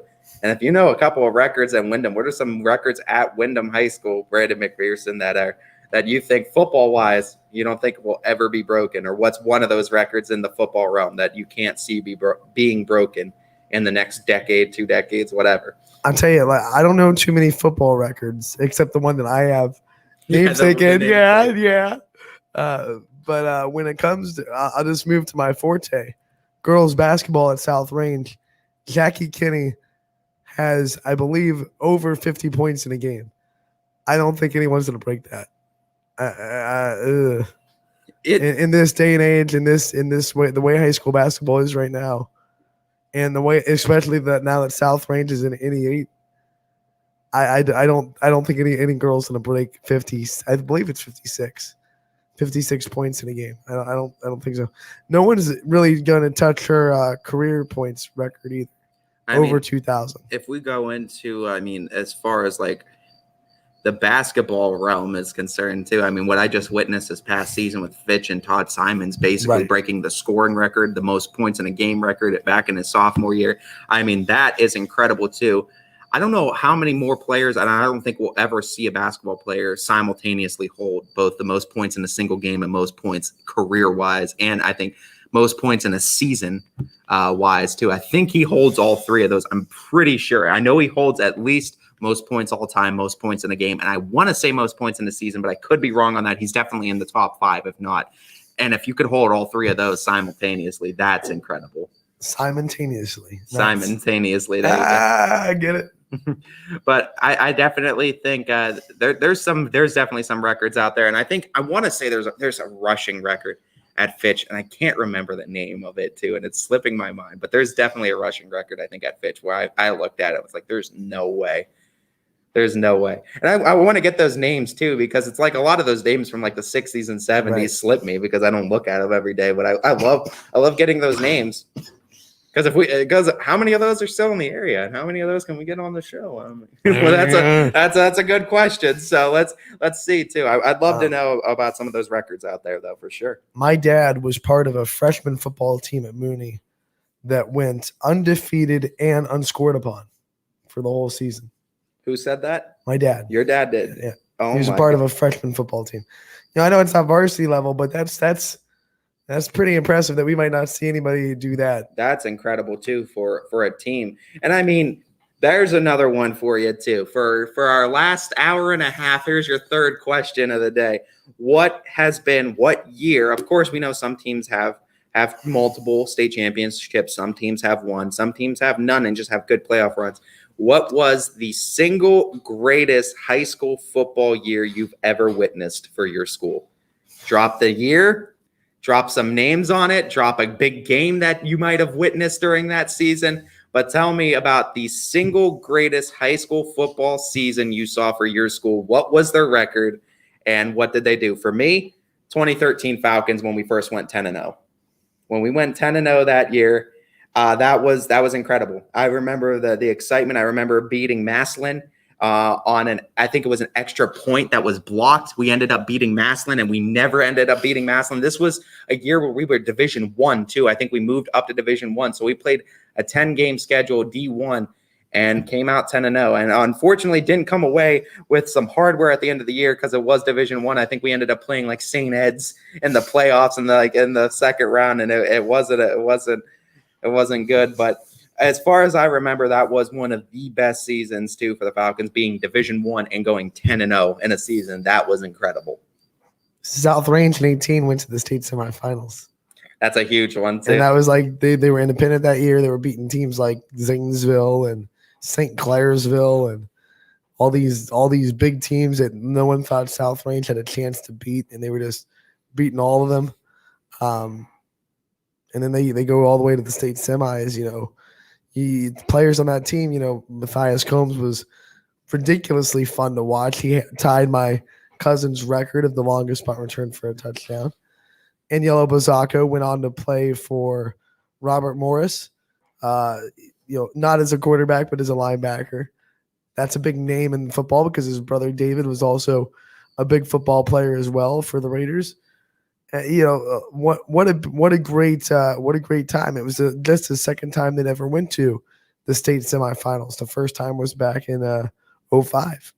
And those are the incredible stories, and that's what I love hearing too, because we all have them. We've all went to high school, so we all know. And maybe the teams weren't the greatest that year if you went, but some people had the privilege of seeing those state championship teams, or had the privilege of seeing those special runs, or even a big game too. I think Coach Yeagley wants to forget about my class of football because it was down on South Range's standards. Still good. I don't think he ever had a record that was not a winning record, but I don't think we went to the playoffs for junior year. Senior year, we went to the playoffs, but we were the 8th seed, and we played Ursuline in the first round. See, boom. It was pretty similar with me. All the good years with Fitch happened in my freshman and sophomore year, and then they tail it off junior and senior year, and that was unfortunate because you want to be a senior when the team is going to playoffs because you could go drive, see the big games and everything. It's a lot more fun when you're a senior than a freshman or a sophomore. But unfortunately, I had the best seasons of football. You go my freshman year, they go freaking 10-0. And then after going 10-0, you're like, wow, this is a great team. And then it went a little bit downhill from there.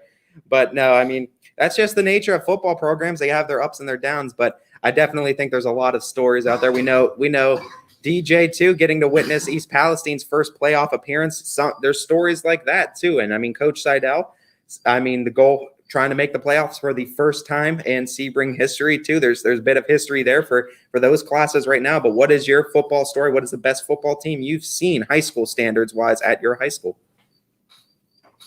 Wyndham's all-time rushing record, and I got to look at this name real quick so I don't read it wrong.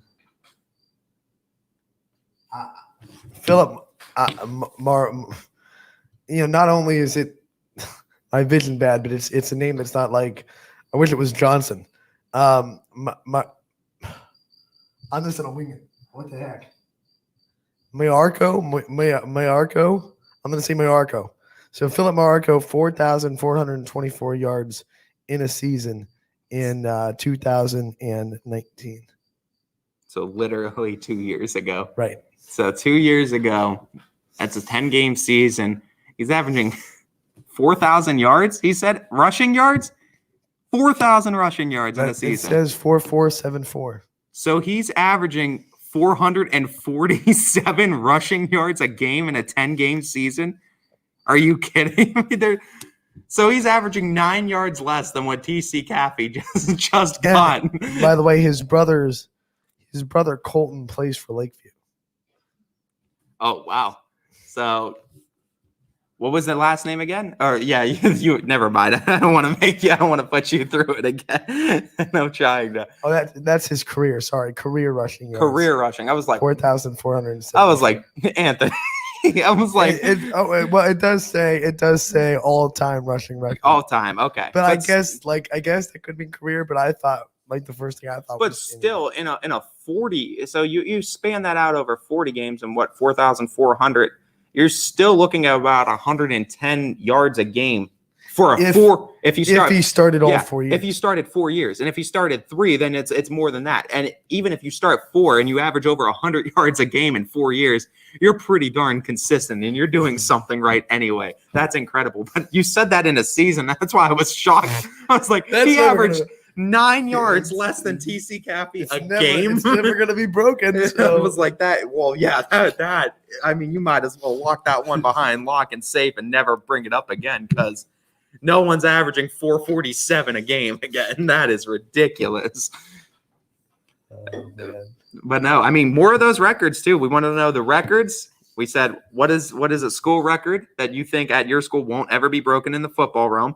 Best football concessions, West Stadium with football concessions. What are the concessions? And now, what is the best high school football season you've witnessed? And right now, guys, it's all Lowville with concessions. Like Lowville is dominating the concession game. And I've heard other stadiums have great concessions. And I want to know where these places are. We heard where's the place with the baked potato you said too? Well, that was Billy Mack saying that Beaver Local has the baked potato with the fixins.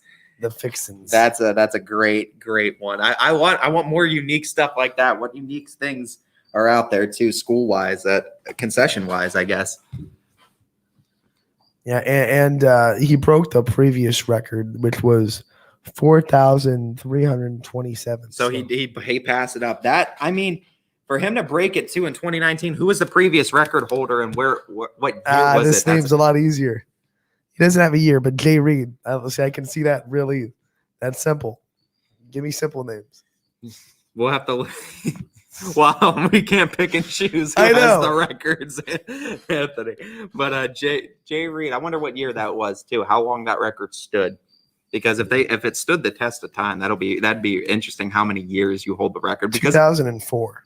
Oh, so he had it for 15 years. That's the biggest thing. Like if you hold a record, you want to hold it for like a couple of years. You don't want to lose it the very next year. You want to be able to say, I have a record. Right. You want to hold it for at least like 5 to 10 years. You would like. But I remember too the one record that's no longer a record anymore that I witnessed. I remember back when I first started broadcasting when I was still in high school. I saw the Michaela Hibbs game, Fitch girls basketball, where she hit 7 threes in a game, and that was the school record at the time. Of course, we know there's a certain someone by the name of Zeta Creaky that's playing on that Falcons team that hit 10. Looking forward to seeing Zeta too play this 10 season. ever be broken? 10 is a lot in the game. Maybe by her. I mean, she's a sharpshooter, dude. I mean, the 3-pointer though is the one area where I think it can still be broken. And you know what? 10. As impressive as the number it is, especially in girls basketball standards, and I think she might hold that record for a little bit. The 3-ball, as impressive as the record is, it's becoming a hot shot now in basketball, both boys and girls. And we're seeing a lot more players take a lot more threes. If there is a record I can see consistently being broken, at least in the next 5 years until everyone is up to date playing this new style of basketball, which is basically run and gun, shooting threes, I think you might see that record being broke a couple more times before it finally gets set in stone and doesn't move for a little bit. But enough basketball talk. Let's get back onto the football train, right. as we got a little bit off track there. I think we'll take another quick break and be back with we'll dive into the 5 games marquee matchups that we picked before the show to dive into next on Running Point, brought to you by Greenwood Chevrolet in Austintown. We are there in your community. Small business owners, mechanics, police officers, homemakers, and we are there serving our nation in the Air Force Reserve. When medical emergencies arise, in cybersecurity, when natural disasters happen, we are there in space. We are Reserve Citizen Airmen, and we are there with over 180 different jobs to serve your country. Air Force Reserve. At Greenwood Chevrolet, shop with confidence knowing we're ready to go the extra mile for you. With the largest selection of used vehicles in the Valley, backed by the Greenwood Advantage Warranty. Only at Greenwood Chevrolet. My guy keeps it 100% of the time. He wants all 100, won't settle for 99. And it's more than stats, because there's people in those numbers. And I was one of the lost sheep. I'm so glad he cares for all 100. I'm 100% safe, 100% free, 100% love. I can be 100% me. He gave all 100 when they put him up on that tree. That's 100% passion for 100% free. So if I play in front of 100, or if I play in front of 2, there's an audience of 1 getting 100% of what I can do.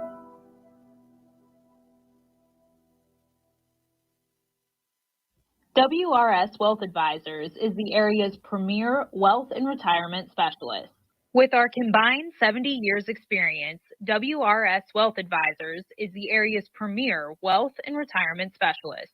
Call 330-965-0370 to learn more about our individual and corporate financial planning services, or visit wrswealth.com. Good luck, athletes.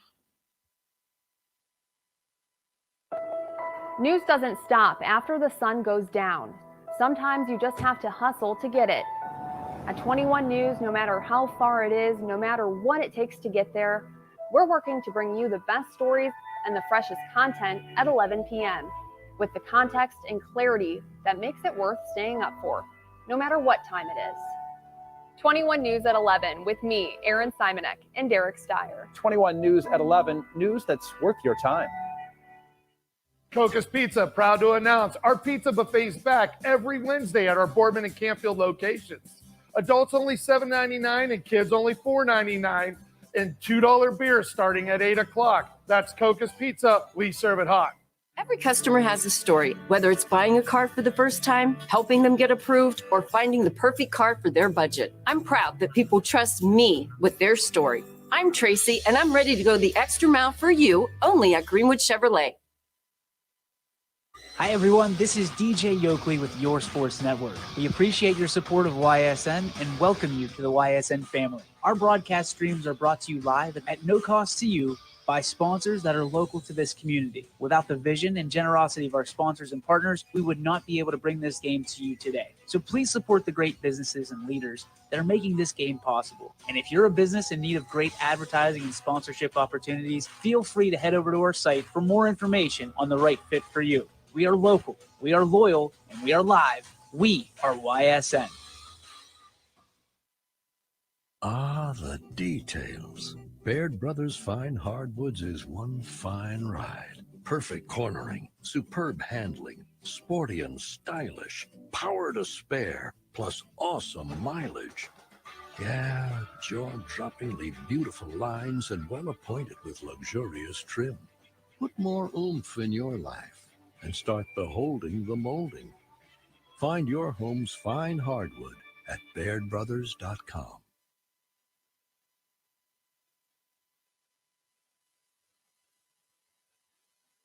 Welcome back to the Friday edition of Running Point, live on YSNLive.com. Anthony Hartwig with you alongside Ty Bartell. And I want to remind everybody that the comment section brought to you by Boardman Mitsubishi live, and it's been hot today. Phil the Brandon McPherson, as he says that Eric Sheely from Waterloo led the nation in threes in 2006. And that's incredible because that happened before the whole three-pointer became a much bigger shot, which came around like the 2010s, more pinpointed in the 2012 year, I think. But at least in the professional standards, but that's incredible too. And I mean, three-point shooting, not an easy feat too. And when I get excited, just as excited when somebody is clipping threes as I do for dunks. So I get just as excited for big threes as I do big dunks. You got the privilege to see a lot of dunks because you saw Kyle Shockley a lot. Yeah, Kyle Shockley was a huge one. Todd Simons can throw it down too. I mean, there was definitely some great talent in the area basketball-wise last year, and I think we're going to get a lot this year. But going now to football, as we have 5 games, we have to do a little bit deep dive preview. And let's start with where primetime was last night and piggyback on all the things that were said last night in YSN primetime. East Liverpool, Beaver Local, the game, it doesn't get any bigger than this. Hosted by Beaver Local. Mike McNuggies will have the call. What can we say about this matchup? 2 teams that really need a win to try to turn around their season. Yeah, and you know what? It's really big for both teams trying to just pick up ground in that Buckeye 8 conference overall, as they want to be able to pick up that ground, because we know Pie Valley always is not Pie Valley, excuse me, but you got Edison, you got East Liverpool, and you got Beaver Local that are usually going to be right there in the Buckeye 8, but not so much right now, as both East Liverpool and Beaver Local, like you said, both coming in at 1 and 2. And I don't want to give too much on this game, because if you want to watch the preview on it, go watch Primetime. They did the whole players and all those coaches interviews. But for me, in this one, what we're looking at too, Beaver Local. Yeah, save the pick for last. Yeah. Right? So, well, all right, we'll save the pick for last. If you want to go for that, then all right, then let's go with the questions then. Yeah. What's your first one for us then? I think the first question for this matchup, because it's going to be so emotional and it's a big rivalry game, who's going to score first, East Liverpool or Beaver Local? I think, well, here's what I think too. I think either way, Beaver Local is probably going to get the ball first. Being at home, I think they win the coin toss. They're going to grab the ball. Do you think if they win the coin toss, they're saying give us the ball? I think they might take the ball, and I think if East Liverpool gets it, they might still defer it to Beaver Local. I think Beaver Local is going to score first at this one, with it being at home, and I think even if they win the coin toss, I know a lot of coaches like to defer, but this might be a case where they're saying, hey, we need to get some momentum and we need to get it right out of the gates. We're in front of a home crowd. Let's get the crowd behind us and let's get them roaring for this game, because it's a big game and we need the crowd for every second of the game that we can get. I think you might see Beaver Local score first in this one, especially if they have the opportunity to do so. See, I'm on the other side, because I think if East Liverpool wins the coin toss, they're taking the ball first because they want to get the crowd out of it. And they want to say, hey, we have to go down and score first, make a statement, take control of this game early. I think East Liverpool scores first. And a lot of teams like to just defer too, especially in like East Liverpool standards, because they want to do that 2-for-1 at the end of that half. They want to try to get a score on. You're banking on getting the ball last in the second quarter. Yeah, and I mean if for that to happen too, you have to play really smart, time management with the ball too, and time of possession plays a big part in it. But I definitely, for me, you're thinking East Liverpool. I think Beaver Local scores first in this one. All right, next question. When you look at it, and both these teams like to run the ball, who finishes with more rush yards at the end of the night? Beaver Local or East Liverpool? That's an interesting question too, because I know how much both of these teams like to run. But for me, personally, I'm gonna go for the simple fact that Beaver Local's offense has been a little bit more impressive, and they've scored more this season in same amount of games. And I think that their offensive line has a little bit more size than East Liverpool. I think more rushing yards are going to go in favor of Beaver Local in this one as well. I'm on the other end too, because I think Beaver Local's offense a little bit more balanced. I think Klein's starting to find a rhythm in the air. I think their yards are going to be split a little bit, and I think East Liverpool is going to have more emphasis on the run game and finish with more rushing yards. They're going to need to be successful, because if they're not finding success in their run game, they're going to have to turn to a pass game real quick if time starts becoming a factor. And you do not want – I don't think East Liverpool wants to get into a shootout. They don't. They don't want to get into shootout with this Beaver Local team, because if they do, I think they're pretty much done. Saw what Beaver Local could do if they get rolling last week at Minerva. Yeah, absolutely. And you know what? These two teams – so wildly close too in the rankings too, right around the same amount in rankings, within no more than 30 in the state of Ohio, and within the division, 57th overall for Beaver Local, 62nd for East Liverpool. So within 5 in the rankings. The biggest thing too, what we're looking at Beaver local too, 117 points scored this year, 106 points against. East Liverpool, 61 points scored this year, 103 against. Of course, some of those numbers are inflated because there was a big game, a blowout game against East Liverpool in their docket as well. But this is a game, too, where East Liverpool does have the momentum because they do have the victory from last year as well. Here's a big one because everyone likes East Liverpool's mascot. Who has the better mascot? Oh, you got to go East Liverpool with that Really? one. East Liverpool has a great mascot. I love the name, too. It's one of the most unique names, I think, in high school football too, for the East Liverpool Potters. And we talked about that too, I think a few weeks ago, Anthony, looking at like high school football team names and you know, there's a lot of Blue Devils, there's a decent amount of Falcons, a lot of Vikings, some Tigers in there. Not too many Potters. Too many Beavers either. Not too many Beavers either. No, you're right. But I think the Potters is one of the most unique names too. And I really like the name for the East Liverpool Potters. No, like Potters, are they going for? See, I don't That's know. what I'm saying. Are they going for like ceramics, like the Potter shape in clay? Is that what we're? Is there a different definition for Potter? That there might be. They have that logo with it. It's just the EL. But I know they have a shield logo too. I'm pretty sure. So it might be like a warrior type. It could be. Like I don't know. I'm pretty sure it's like a shield logo too. Is like their big logo is what they utilize too. They use that, and then someone from East Liverpool has to educate us on like the history of what like the Potter really is, and because I don't want to think it's ceramics.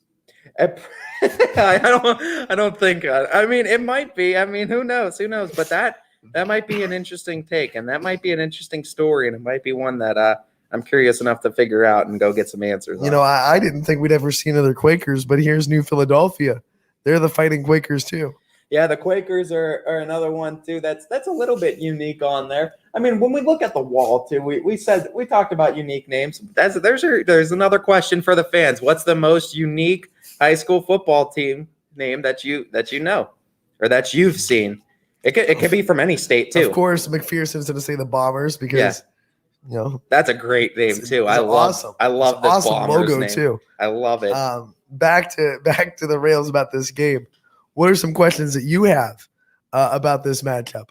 I think this one is going to come down to really defense in any type of big matchup like this. So I guess my question is, who finishes the game? Which defense finishes the game with more turnovers? East Liverpool or Beaver Local?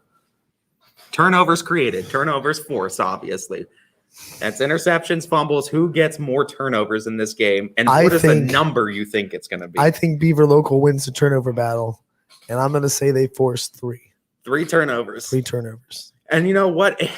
In this game, too, a lot of emotions rise. And that might be a spoiler to who I'm picking, by the way, because hard to lose when you force 3 turnovers. Yeah. I think for me in this one, I think if Beaver Local is passing more, I actually think East Liverpool has the chance to get maybe another turnover or two just because it's a balanced attack. Could mean that you could get them off their rhythm too, East Liverpool offensive-wise, but I see passing and running the ball. Passing the ball, I think there's more of a risk of interceptions than running and fumbling. I'm going to give it to East Liverpool, but I think it's going to be close, like 2-1. I don't see too many, but I think there's going to be a turnover on each side, but I think East Liverpool forces 2 of them tonight. We're on opposite sides of the fence in this game. Pretty much everything. What's another question that you got? Another question I got too is going to be it's more along the lines of not really defense and offense, I guess, but I guess the biggest question that I have too with how both of these teams are yards wise, and you know how East Liverpool has had struggles scoring the ball. Beaver Local not so much this year, but which team, if any, do you think holds, or which team, I guess, let me rephrase this question. Which team do you think is more likely to hold the other one under 300 total yards of offense? Beaver Local. You think Beaver Local's defense has the better chance holding it? Because East Liverpool is more one-dimensional. So if you stop that one dimension, you're gonna slow them down. You know, I think so as well as it. as you know, Beaver Local has that opportunity to go both ways. And this is the one area I was going to agree with you on. The one question I was curious on, because, we went 2 offensive questions. I'm going to go 2 defensive questions. But I definitely think that Beaver Local is going to be able to come away with more yards. But the reason I tipped that too, and it still doesn't give away my pick, because I still said East Liverpool forces more turnovers. So it's still anybody's game in my mind up until this he's point. Playing this as card. Okay. Here's one that has nothing to do with anything, but the color schemes are so opposite, and usually people like one or the other. So, are you more red or more blue? I think you could figure that one out pretty much every day. I think other than that day we all wore blue for Lisbon. I think that might have been the only day I've worn a blue shirt in the last 10 years. I'm like 50-50 because my sports teams are red and blue. Yeah, most of Cavs are a form of red. But they're blue too. Yeah, a little bit. Cleveland, a form of red. Red first before blue, but they do have the blue. But I mean, the red first. I guess the one you can get me on are the Pats. The Pats have more of a blue, but it's like red too. It's all red, white, and blue. I'm all about, except for the Cavs. They got the wine and gold. But yeah, a lot of reds in it. But I mean, Indians are more blue than red. I hate to tell you. Now that they got their red jerseys too, they got a red and a blue alternate uni. I think if you ask people, their primary color is blue. I don't know. Not right now. I mean, I don't know, man. Chief Wahoo for years was red. The Block C was red. Their hat was always blue. Isn't it the rule that their hat is always their primary color? Are we going with that? White was their primary color. That if their whole jersey. Their hats were never white. So like, you look at every MLB team, their hat is pretty much their primary color. Yeah, but their hat wasn't always navy blue, or wasn't it black at sometimes too? I think they had a couple. It might have been a few times. I know they've had a red hat before. That was a long time ago. I think they had a red hat. I don't think they still do. But anyway, we're off on a tangent again. So we'll go bring it back to East Liverpool Beaver Local. Let's get to our picks for this game. Yeah, I think so. I think so as well. But before I guess we get to the picks, I guess the one question we should ask too: what is the key to victory for each school? What do you think the key for each team to come away victorious is before we make our picks? I think it is going to come down to the turnover battle. To be honest, I mean, I know that's cliche. Every football game comes down to a turnover battle. If you win the turnover battle, you're going to have a much better chance to win the game. But I think Beaver Local, and they've done this for this year and last year, they strive on forcing turnovers. And East Liverpool can't fall into that trap or it's going to be a long day. So I think it's going to be turnovers are going to be really key in this game. For both teams. Can Beaver Local force them, or can East Liverpool kind of play a clean game and not give up the football? I think that's very. I mean, it's definitely a good analogy too. I think so as well. I think with everything that Beaver Local has done defensively, it is not out of the realm to think if whoever wins the turnover battle is going to win this, because Beaver Local depends so heavily on creating turnovers to win games. And East Liverpool, with the style of offense they run, almost can't allow many turnovers if they want to stay in this game. For me, for East Liverpool, I'm going to have two different keys. So I'm not going to go key universal for both of them. So I'll do two different keys. And the key for me is, for East Liverpool at least, is can Devin Toothman be the dentist tonight, I guess is the question. And can he be the doctor and serve up something to the Beaver Local Beavers here? Because, I think Toothman with his offensive line in front of him, fantastic athlete, had a very successful year last year. Averaged over 100 yards a game. But I think Devin Toothman for East Liverpool, if they can get him out in open space, if they can get him on those edges and get him in open field against Beaver Local, they have a very good chance. It's all about that offensive line creating space, but Devin Toothman's still the man that's going to have the ball in his hands a lot. It's going to come down to him. And for on the other side too, Beaver Local, for me, it's not going to be one single player. It's going to be more of overall for their offense, and it's don't become predictable. You talk about Beaver Local and how they have that more balanced offense. They could pass the ball. They could run the ball a little bit. Don't fall into a trap and be too predictable playing one side of the field when you have the opportunity to play two different styles of offense. Keep East Liverpool off balance the whole game. Mix in some passes. Mix in the play action, too, if you're able to. Really get them on the heels if you can. But don't become predictable if you're Beaver Local's offense in this one. I'll add one more. Set the tone. Set the tone. Whoever sets the tone, because East Liverpool, ground and pound, slower, a little bit of a slower offense. Obviously they want to play a slower game. Beaver Local, they love this game to get into the 30s or 40s. East Liverpool can't let that happen. No, not at all. And you know what? This is I think it's a perfect transition too to going right into the game now, because we know exactly what each team's bringing. We have our prime time that you could go back and watch too if you want the player interviews. I mean, they did a fantastic job previewing this game yesterday, and I think it's going to be very exciting. The voice of the Beavers, Mikey McKenzie's going to be on it tonight. I think I'm ready to make this pick for this game. It's time for the picks, and Ty, I'll let you go first and see where you're leaning. For me in this one, as much as I think both teams, you throw everything out the window when it comes to a rivalry game, because it just comes down to beating your rival. But in saying that you throw everything out, these two teams are actually very evenly matched in a lot of areas right now, both coming in with the same record, facing similar styles of offense. But the one biggest glaring discrepancy is, like you said, Beaver Local has a little bit more options on offense. And the other one is that they're at home. And that anytime you have a rivalry game, you throw a lot of things out the window, but you don't throw home field advantage out the window ever, especially in football. And it plays a huge factor.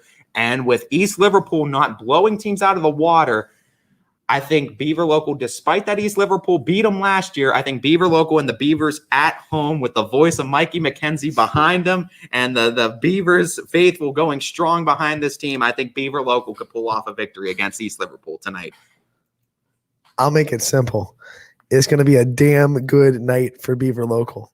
I got you. Get it for the Beavers and for all the YSN people that, everyone in the offense wants me to swear at some point. That doesn't count because it's a pun on the word damn, which is what Beavers build, DAM. It doesn't count. So just want to point that out there. Toothman's got to be the dentist for the Beavers if he wants to. He's got to be the dentist. Tooth. Yeah, he's got to be the dentist. I love it. I love the storylines. Toothman's got to be the dentist, and Beaver needs to play a damn good game.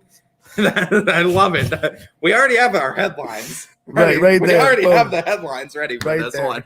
So my worry is that will Mike McKenzie be able to write a story if East Liverpool wins the game? You might have to take the pen out of his hand at that one. I don't think he could find the words to write. I think too much of that Beaver Local heart is strong in Mikey McKenzie's Give DNA. me that. Yeah, you might have to say, we'll let you write the next one, but I could just see him angrily, intently writing it if they do. That's gonna be. I can't believe. Bleep. Oh, geez, we can't post this. But hey, that's just one of the 5 games we have to look at, though. I mean, this is what we love doing, though. I mean, trying to go with new ideas and new ways of looking at teams and trying to have a little bit more fun with our pick'ems on Friday. As what game do we want to move to next? I'm just going on the list of our schedule, and the next one on the docket, Jefferson at Girard. We talked to Coach Hannah yesterday, and Jefferson's 3-0, riding hot, but now's their test. Can they compete in the NE8? Can they beat Girard for the first time in a while? It's in Arrowhead Stadium. Not my Arrowhead, but still Arrowhead Stadium. What do you think about this matchup? For me, at least, and what I saw last week and what Jefferson, it's been a very, very impressive defense. And what we've seen with Girard has been a very, very impressive offense. And we saw that too with the one loss that Girard has this year being against Streetsboro.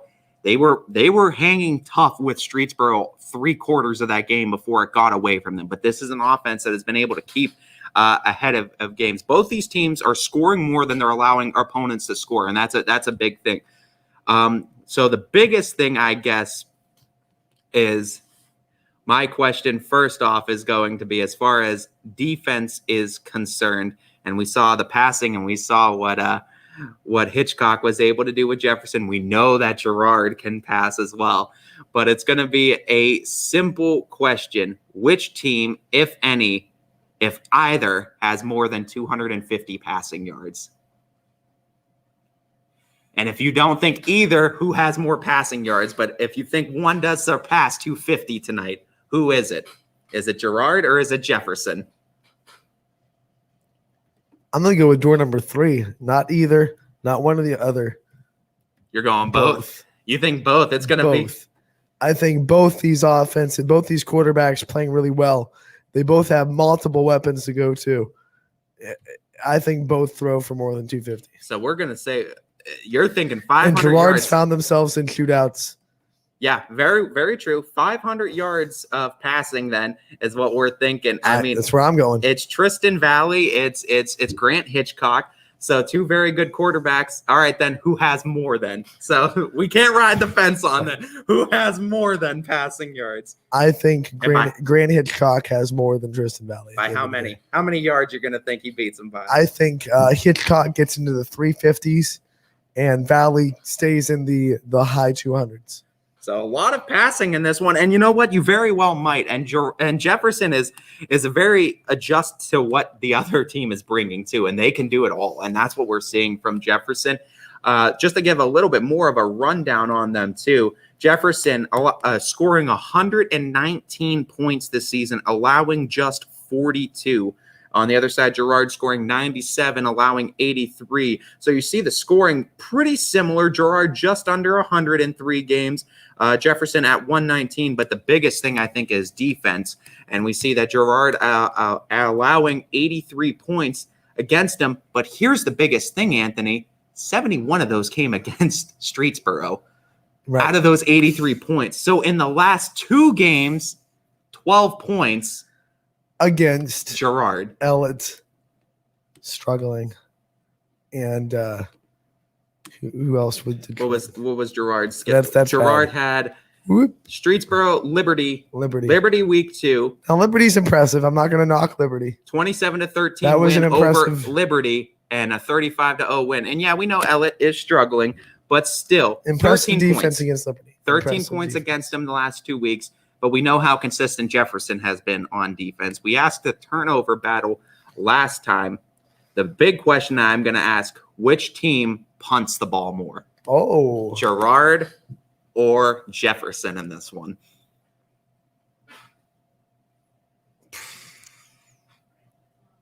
Because, I mean, both of these teams, I don't see too many turnovers being created unless maybe if Jefferson, I feel like, is going to own that turnover battle just because of the turnovers they've been able to create.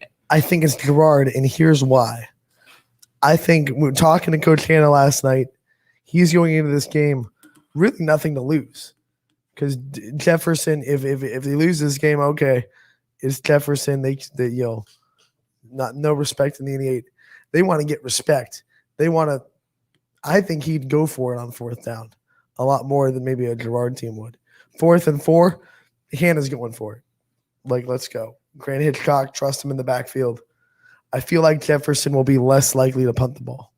The punting question I like, too, because it brings both offense and defense into it. How much do you trust your offense on 4th down? How much do you trust your defense if you pin a team back? That's another thing. Like, does Gerard trust their defense enough to punt? Obviously, last 2 weeks, defense has looked good. Jefferson's coming in with a really hot offense. And it's a great question because it's more about how many times do you think they get in this situation? Do I think Jefferson might punt the ball more? Depending on where they are, yes, and how far they could pin a team back. If you're near midfield, I don't know if Jefferson nearly goes for it, but if they could pin Gerard back at behind the 20, behind their own 20, and make them work from their own end zone, or the safety threat becomes imminent, I think Jefferson might opt to go for that. But if they are down, talking with Coach Hanna, he seems like he's going to get his team back into the game if they are down. Now, so he might be aggressive. You did the game. Did they punt against Edgewood at all? Oh yeah, they punted a couple of times too. How'd their punter look? He looked pretty good. And actually, a lot of teams were going for 4th down against Jefferson. And they do have a good kicking squad and a good punter. Jefferson, I think, in this one, and like you said, talking about respect, I think I might agree with you in this one that I did see Jefferson go for it on fourth down a couple of times, and they were able to get it a lot of times. Edgewood was going for fourth down, and about 50-50 Edgewood got it on fourth down or third down conversions, and then other times they've gone 4 and out, I think 2 or 3 times in that game. I don't know if Girard has necessarily the passing that Edgewood had, because Edgewood had a really good passing squad. I think Girard punts the ball more in this one, but I don't know if we're going to see a whole lot of punts in this one. Here's a question. Who needs this game more? That's a great question, too. Because obviously, I mean, we talked to Coach Hannah Jefferson looking for respect in the NE8, but they are 3-0. And Girard had a down year on their standard last year, and they don't like having down years at all. And if they go 2-2 and they lose their first NE8 game of the year to a team historically not competitive in the NE8, I think Girard fans get really restless. Who needs it more? For me, as restless as Girard fans, I think might get. I think it's another case of Girard has consistently reloaded and not really rebuilt all that much in their program's history. So. And you know what? Being 2-1, and I know that Jefferson has a 3-0 record, but being 2-1, even a loss at this stage isn't going to be detrimental to Girard, and they could still easily make a playoff run with that record. I think it's Jefferson's at this point. I think, when you're looking at a team that has won only 5 games in the last 4 years, a team that hasn't had a winning record in like 8, you're looking at a team that is now all of a sudden finding some success. And a lot of people, 50% of them are saying this is a different team this year. The other 50% are saying this is a fluke this year. So I think for Jefferson, now coming in 3-0 non-conference games wise, big win over their rivals Edgewood, able to do it in a dramatic fashion, able to do it in emphatic fashion and get the Hoadley Cup.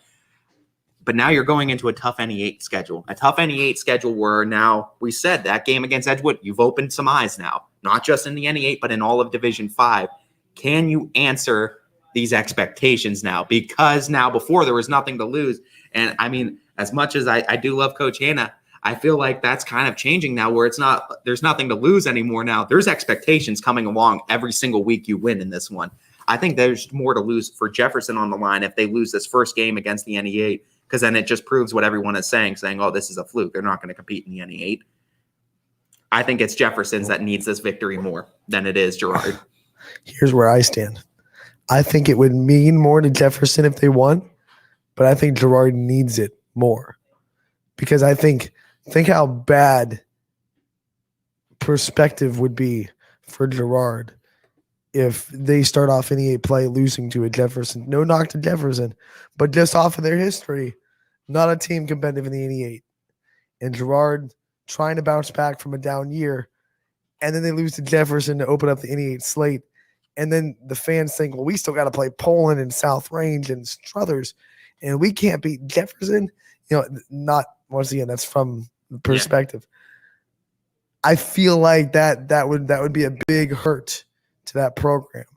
I think Girard needs it more. I think it would mean more to Jefferson, and they like 4-0. We got to win the NE8. That would be huge, exciting for Girard. If they win, it might just be kind of ho hum. But I think they need it more. Yeah, it very well could be. But you know what? You might be right, too, in that, I mean, they do have the record sitting at 2-1, so a loss would put them at 2-2. Not out of the playoffs, but definitely some work to be done where if you win, you're 3-1, and you're looking pretty as you beat a team that has opened a lot of eyes in the NE8 and in Division 5. So now I guess the question moves to who the keys of the game for, and you went first last one, so I'll move to the keys for this one. And for me, in this one for Jefferson is, can the Falcons continue to fly on defense is the biggest question. We've seen what Jefferson has been able to do each and every week consistently. They've been able to not only defend the pass very well, but defend the rush incredibly well as well. They've been able to force turnovers. We know what Trent Hodge is able to do, especially at defensive back, able to, with incredible speed, defend some of the fastest guys, especially on receiving routes. And when those guys are running streak routes, I think Hodge is going to be huge for that. And I think it's just for Jefferson, especially, Can your defense keep Girard in check? Because it's a Girard offense that was able to score 35 rapid points against Streetsboro and put them up in a hurry. And it's a Girard team that's still bringing that same sort of offense with Tristan Valley behind center. So can Jefferson be that same defensive squad we've seen these first 3 weeks of the season? On the other side for Girard, I think the key to the game, and we got to go back to the only loss that they have this season and why they lost, it was turnovers. Turnovers that let that Streetsboro game get away from them. And before they knew it, they were in a insurmountable hole. Control and limit the turnover game if you are Girard. And I think that's the biggest thing on offense. And if whether you're Tristan Valley or you're Nick Bengala or not Nick Bengala, I'm sorry. Whether you're Tristan Valley throwing the ball or you're why can't I think of their running back right now? I was thinking Maddox, but I know Maddox was there last year, and I can't think of who their back is right now, and his name is slipping me, and I don't know why it's slipping me. But anyway, Tristan Valley, we saw what he was able to do against Streetsboro, and he had a successful game. But once turnovers started happening, it piles on. Girard needs to limit those turnovers going into this game. Here's my keys for Girard. It's quite simply their defense. Which defense is going to show up? The defense of the last 2 weeks or the defense that we saw in week 1 that allowed 70-plus points to a good Streetsboro team, granted. You mean Jefferson, high-flying offense. Their defense has to step up this week. They can't let Jefferson do whatever they want on the field. Another big key, I think it's going to be Girard's run game. They have to be balanced. You can't have Tristan Valley throw the ball 40, 50 times in the game. You got to be balanced and run the ball pretty well. Establish that run. Use the play action to set up the pass. I think so as well, and I think that's definitely going to be a big key for that team as well. And I think they're going to need to do that against a very strong Jefferson squad that is going to play tight defense, and they're going to make you work for everything you get.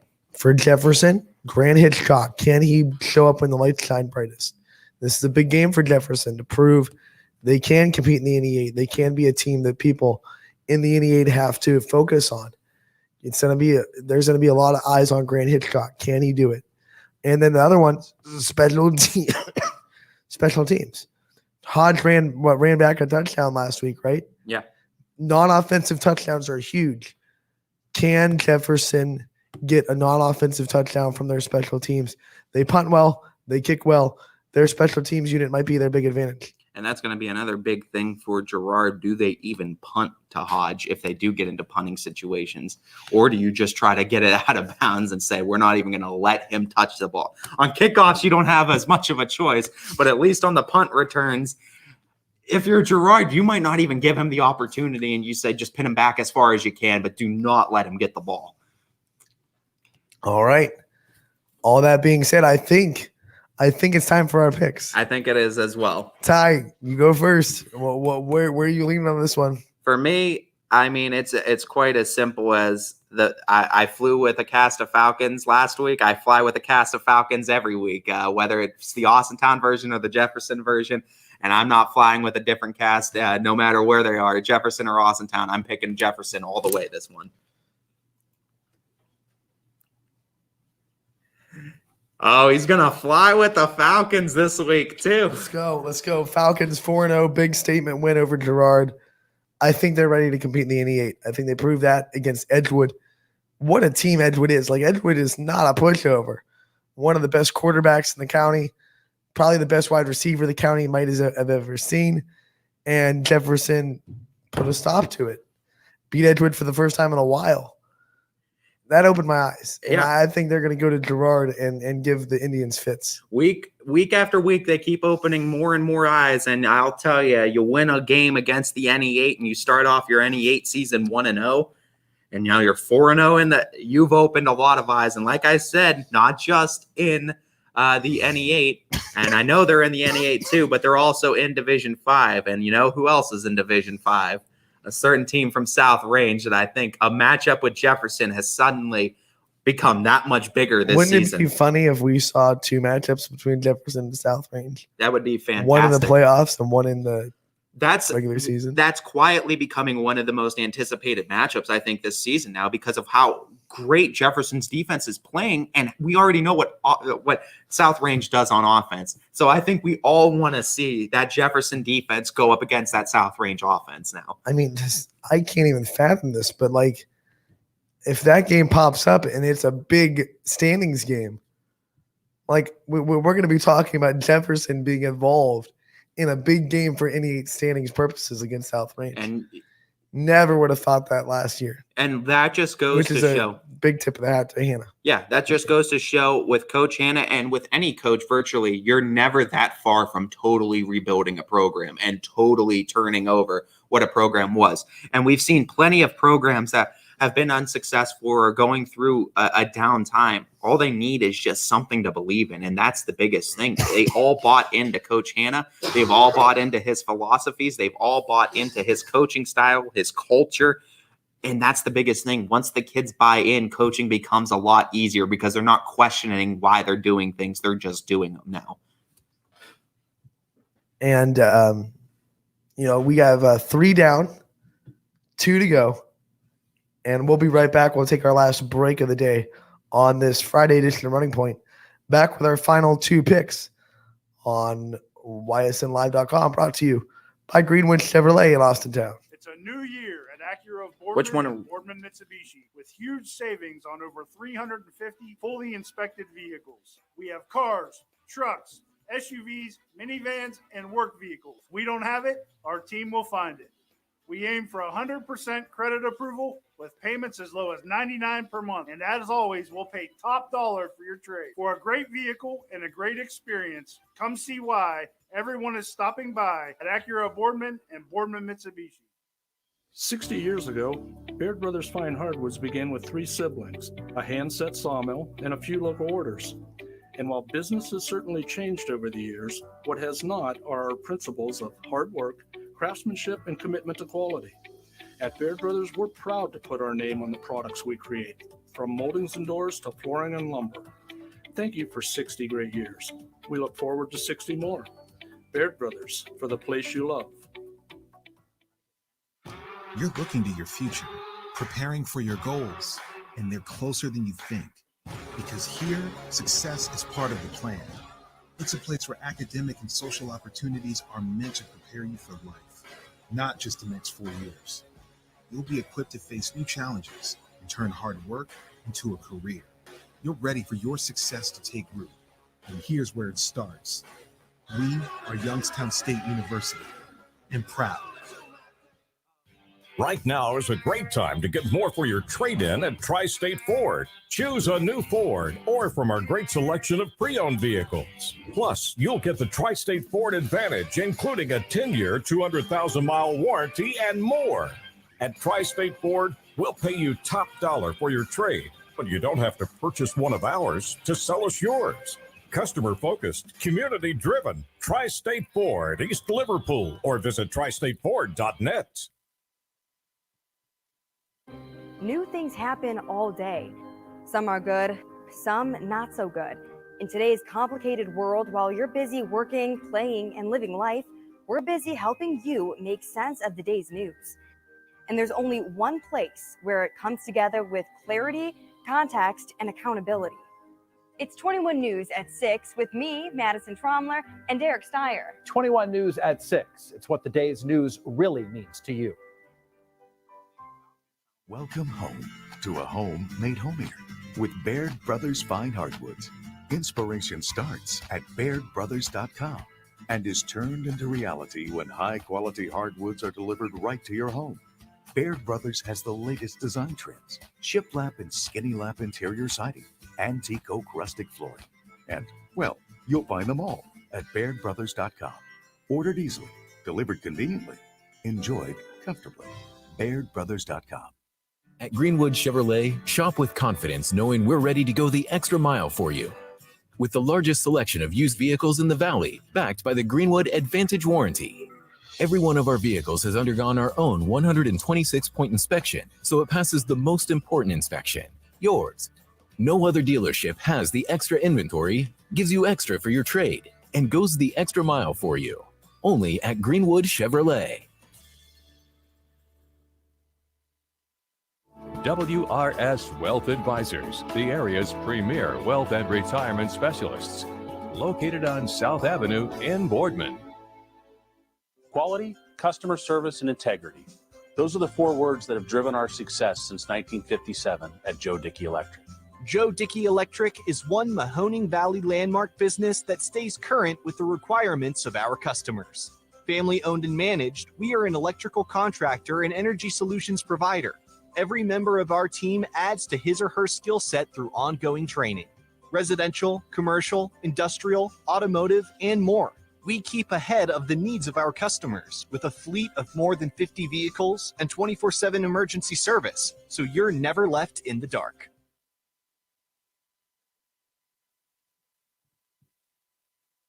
Welcome back to Running Point on YSNLive.com, Friday edition, brought to you by Greenwood Chevrolet in Austintown. Joined by Ty Bartell. How you doing, everyone? How you doing? We got 4 more games, actually. Well, 2 we're going to go a little bit more in depth with, but there are 2 other games on our Big 5 that we want to quickly go through. We're not going to go through the as far as the picking the stats like we did the other games, but we are going to pick out a couple of keys to the game and make our picks.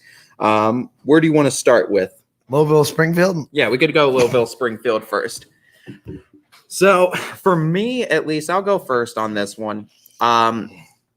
For me, this is just going to come down for Louisville is, can the Rockets take off with Vinny Ballone? And that's the biggest question. Is Vinny Ballone could carry this Rockets team as far? I mean, they're going to go as far as he could carry them. And honestly, for Springfield, you need to go in this game and you need to treat Louisville like they don't know Bo. Even though they've seen Bo before, you need to treat them like they don't know Bo. And you know what? I don't mean Bo Brungard on the offensive end. I mean Bo Brungard on the defensive end.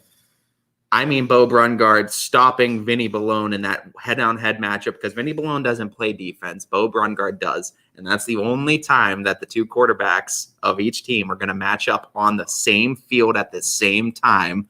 Bo Brungard, whether or not he throws to you or not, that's going to be the big key, because you're probably going to be on the number 1 receiver on that squad. Well, if he doesn't throw to you, then you won. Yeah, right? Exactly. So you don't know Bo, and if you do, you better make – and if you don't, I should say, you better make them know who Bo is if you're Springfield. And that's the biggest thing. Can he take out Banovsky is one of the big – the slew of receivers that are going to be moving in and out of Louisville's scheme. Can Brungard contain him? Can he take one of those weapons away from Ballone and make it a lot harder to pass on Springfield? I think that those are the big keys to the game. My keys, first of all, for Louisville, obviously Vinny Ballone. Like we can't stress it enough how much he has to have a big game. But I think also Louisville's ability to stop the run, make Springfield get into passing situations, win first down. 2nd and 10 is your friend if you're Louisville. And then for Springfield, the opposite side of that, their offensive line, can they prove that they're working as a unit? They played really well against Geneva. Yeah. They have to continue to play really well, because we saw them maybe not have their best game against South Range in Brookfield. So their offensive line has to step up. And then obviously their secondary as a whole, not just Bo Brungard, but got to keep these receivers in check. Who are you thinking for this game?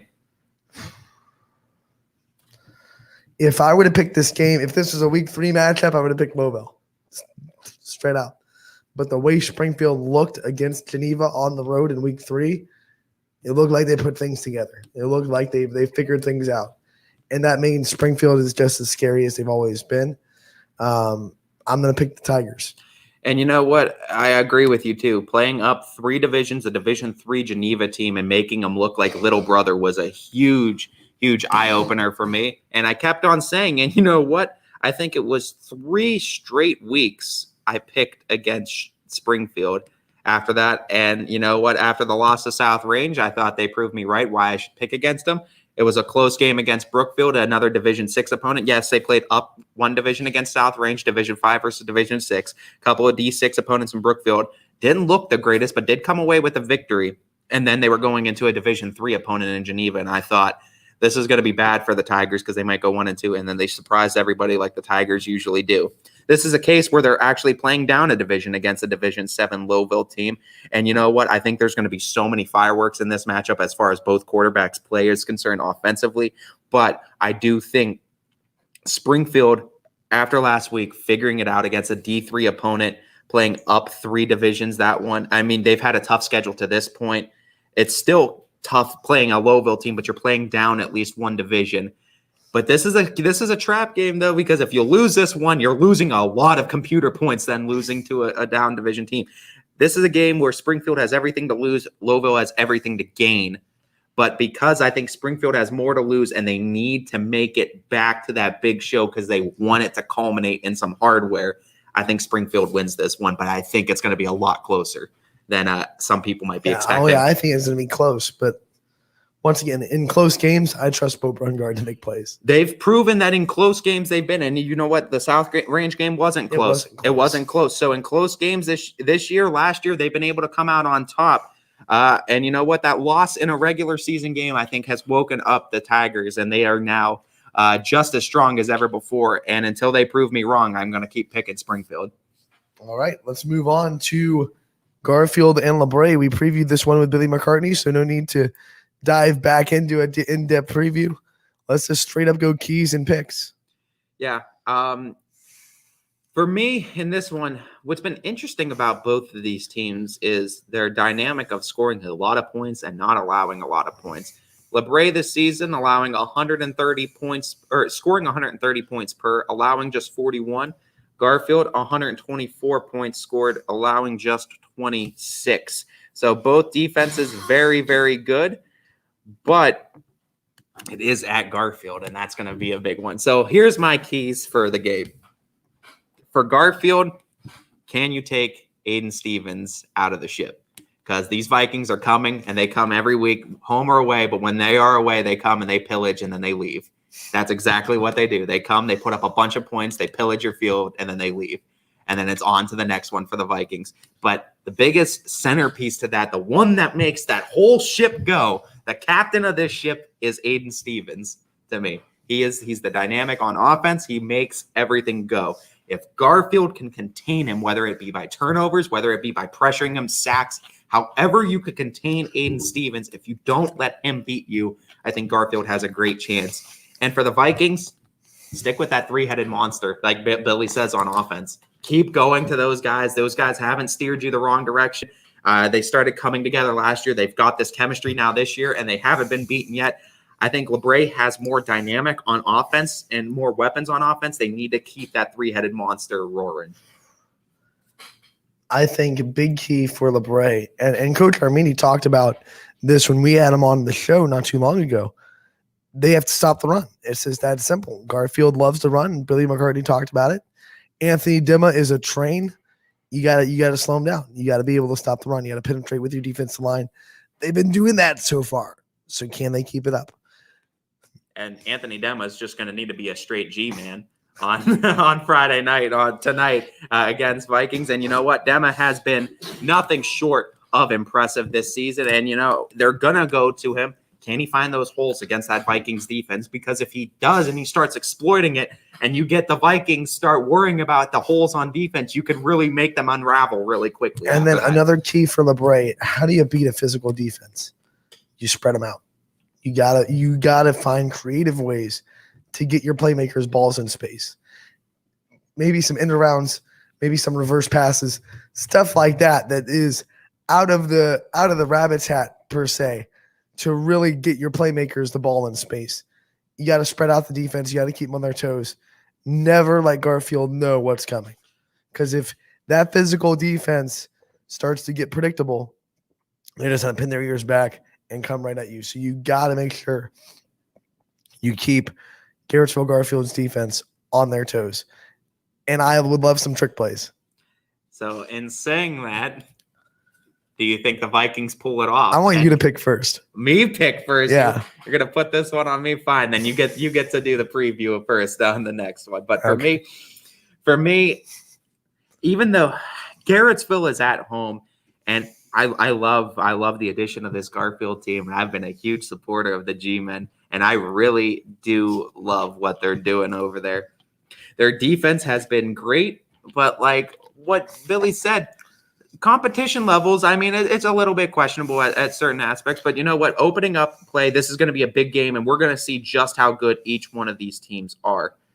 Both of these teams ranked 119 in the state is Garfield, 176 in the state is LeBray. Both of them ranked That's 12th. all divisions, Yes. not just theirs. Yeah, ranked 12th in their division. Both teams are in their respective divisions.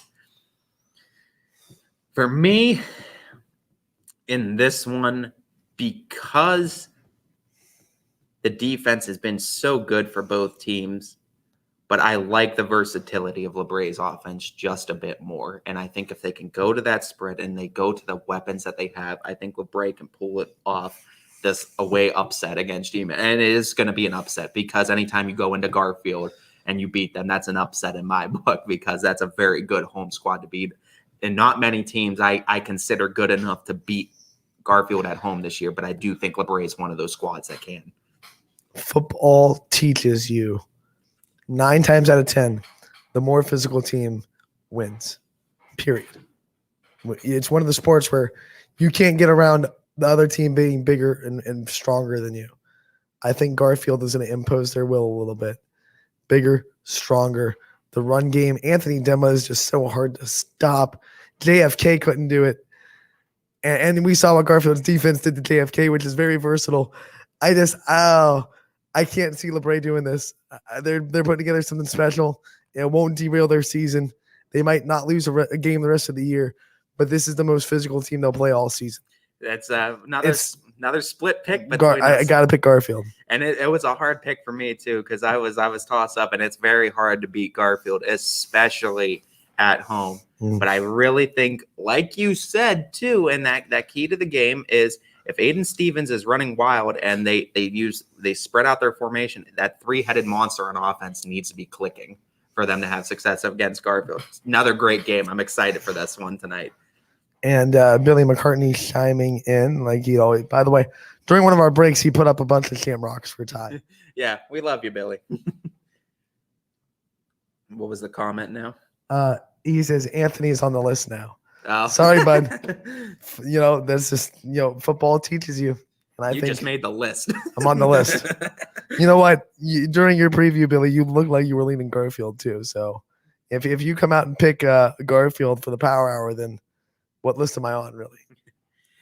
As what we have 2 more games, I believe. Yeah, these ones we're going to dive into. Yep. You want to start with Hubbard and Poland? Okay, we'll start with Hubbard and Poland. Well, yeah, this is you. Go on. You want to? Yeah, I got to start. When you look at this game and you look at the history, especially the NE8 history, last 2 seasons, it's been all Poland. 28-0 last year, and I believe like 49-7 in 2019. Sorry, we're in 2021. They've played each other 5 years in a row. It's 3-2 Poland. So really, it's been pretty even. But the last couple of years have been all Poland, not close. I think we've seen Hubbard on a revenge tour this year. That's going to be really interesting to see. Yeah, they got the Mooney monkey off their back. Are they going to try to get? They're going to try to get the Poland monkey off their back. They're home. They were home against Mooney. This is a very interesting matchup. It might come down to running the ball. I mean, obviously, it's going to go down to running the ball. Both these teams love to run the ball. Who can run better? Ty, what do you think about this matchup? I mean, such similar teams. Both teams love to be physical. Both teams have a really good offense that is priding on run the ball. Both teams have a really good defense that is good at stopping the run. This could be very, very interesting. It can be very interesting, and you got to remember, every single one of Poland's games have been close to the wire. They haven't scored more than 27 points this season, but they've also not allowed an opponent to score more than 24 points against them this season. So it's always been a close, low-scoring game, as most Poland games are. Looking at the averages and stats, Poland has allowed 51 points per game, have scored 60. So 9 above. Whereas you look on the other side, Hubbard has allowed 61, has scored 116 points this season. So plus 55 in Hubbard's category. For me in this one, I think the first question that you got to go to, and I think it's the question that everyone wants to know, and I'm going to ask you, and I'll put you right on the spot. If TC Caffey runs into Christian Colosimo, who wins? Who wins? Is it a truck for Caffey, or is it a stop for Colosimo? One-on-one, no other tacklers, open field. Those two monsters hit each other. Who's coming out on top of it?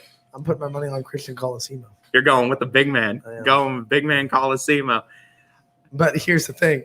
I think TC Caffey can juke him, elusive. But not too many people truck Christian Colosimo. That's what I was saying too. And you know what? I think this will be the hardest back this season that Christian Colosimo is going to have to try to tackle. I don't know. Dylan Dominguez has entered the chat. I mean, you're right. He has. But TC Caffey, he is a bulldog, man. He really is. And he's a bulldog. He's not a bulldog. He's an eagle, but he acts like a bulldog on the field, man. And I mean, just he'll truck you. He'll get around you. But I agree with you on that. And the only reason, not that I would say TC's going to shy away from Colosimo, but I think you're right that he has other ways to beat Colosimo in an open field, that he doesn't need to elect to go to a truck, because as good as Christian Colosimo is, and he's going to be able to get you tackles, and he's one of the hardest hitters, I think, in all of the area. I think TC is going to opt to go to other strategies, especially in open field situations. So I definitely think if they are going to go head on head, I think Colosimo has a little bit more size, weight, and strength advantage over TC, but I think you might see a sonic boom echo throughout the entire stadium when those two do collide. I said it yesterday. It's going to be like when Greek gods clap their hands and it just causes a big cosmic explosion. That's like, I feel like the Joker from The Dark Knight. It's an immovable object meeting an unstoppable force. And what happens when those two collide? Chaos. Yeah, I think so as well. So this last question I have for you, and it comes down to just what these two teams are so hyperly good at and what we know they're going to do. And I'm not even going to pin this to one player, because I know you might want to do that later, but I'm going to just go all around. Which team comes away with more rushing yards tonight total? I mean, talking quarterbacks, running backs, overall total rushing yards. Poland, Hubbard, who comes away with more, because that might also give you a little bit of a hint at who might come away victorious. It's Hubbard, because they're all run. Like they might pass 3 or 4 times in this game, maybe. So you think they get more? They better yards have more run yards on Poland's defense than Poland will have on Hubbard's defense? I think so. Okay. For me, I think Poland's going to have a little bit more rushing yards, and just because they have both Bryce Behringer at running back that they like to utilize a lot, but Jack Volt can also break out and then use his legs a little bit too. And I think the fact that Poland is going to be using a little bit more run schemes, I think they'll be able to make up with it with big runs too. And I'm going to say Poland by a slight edge in this one. I'm going to go deeper in this question, and I want to get a specific name to you. TC Caffey. More or less than 250 yards rushing tonight? Ooh, that's a steep question, because that is a lot of yards against that. But he's done it all 3 weeks. He's done it. He has done it, but man, he hasn't faced a defense like these Poland Bulldogs yet, man. He hasn't. And I mean, I love what they've done, and I think Hubbard getting that Mooney game off their back was huge. It's going to do wonders for the Hubbard Eagles. This is a Poland front seven on defense that is dangerous, and they are very dangerous. And the fact that I wouldn't want any one of them to lock up with me and be tackling me. I think TC Caffey is going to have the best game he's ever had against Poland in his career. I do. I think he's going to have the most efficient game. I think he's going to break pay dirt a couple of times, have a couple of scores.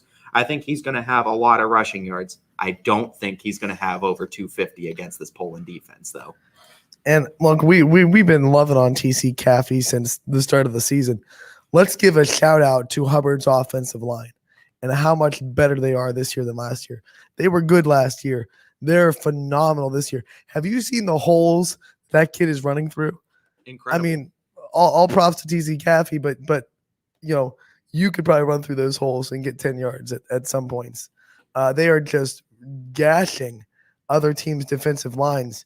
They're doing a phenomenal job up front.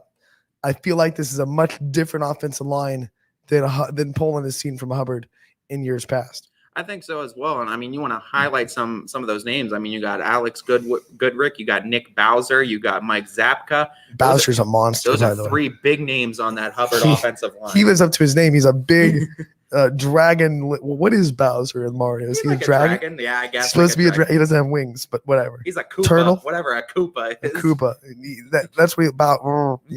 I get you on that. Anyone named Mario is running away. I'm going to do kind of what you did here for my key to the game, and I'll go first for this key. For my key to this particular game, I'm going to double up on it. I'm going to say it goes for both teams. Whoever wins the battle in the trenches. Well, yeah. Simple. It's as simple as that. It's whoever wins. Whoever's offensive line creates more opportunity. It's going to be all within the offensive line. And we talk about Christian Coliseum, and we talk about that matchup with TC Caffey being fun.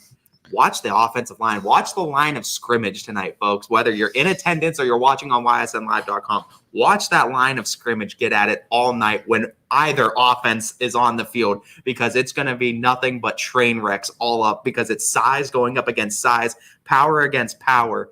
Two of the strongest and I think best offensive lines in our area.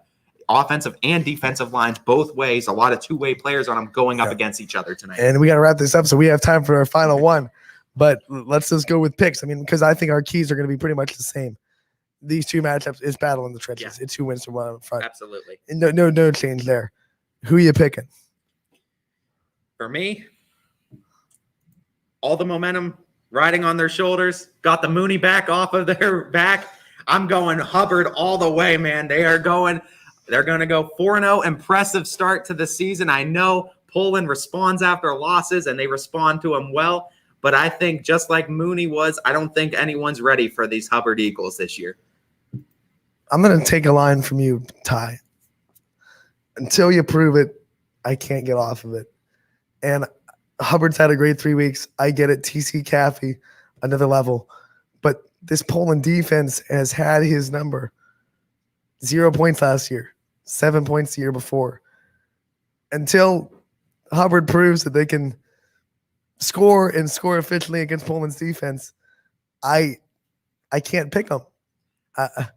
I feel like I'm going with Poland. I will have to wear. And you know what? Here's another thing. I think Poland's offense is a little bit more dynamic, a little bit more things to go to. Hubbard, honestly, as hard as it is, if you slow down TC Caffey, what's their next move? They don't have too many. That's very true. Here's what I'll release a proposition to you before our last game. If TC Caffey gets 2 touchdowns tonight, I think you had to wear either a Hubbard helmet or a Hubbard shirt. We'll have to get one from you. Well, wait, what if he scores 2 touchdowns and they still lose? I mean, do you want him to win too? If Hubbard wins and he scores a couple, okay, fine. And TC, we're talking to you, man. Senior year, buddy, you got to go. It's go time now. Hey, if someone gets me a Hubbard shirt or a Hubbard helmet, I'll put it on. Let's do it. We're gonna have Anthony, Romo and Jamie. I'm sure they love to because I'm picking against your them. biggest fan on Running Point. Hey, if you prove it, then you prove it. We're gonna be your biggest fans, and we're gonna be talking you up. Hey, man, it's your senior year. This your last chance. This is TC's chance to really, because chance. This is really the Poland and South Range are the 2 teams that have really had his number. This is step 1. Obviously, step 2 later to come. Can he get past the Poland monkey? You finally opened everyone's eyes with that 456 game. Keep them open now and prove to everyone. I'm sorry, right now, until you do, can't pick it. That's fair. Gotta That's pick very Poland. fair, because I do the same thing. That's very fair. I think we got one more game left on the docket. Austin down, Fitch, Urson. We're saving the best, well, not the best one, but the one you're calling for last. I'm going to lean on your expertise because I know you've done a lot of research for this game. 2 huge offenses, 2 defenses that up and down a little bit roller coaster wise. What do you see? We talked a little bit about it. And I already posed the question to Billy Mack about who's going to have more passing yards and what we've seen. What I'm seeing right now and looking at it, Fitch being Division 2, Ursuline being Division 4. Ursuline ranked 31st in the entire state all around and number 1 in their respective division. Fitch ranked 40th in the state all around, 13th in their respective division.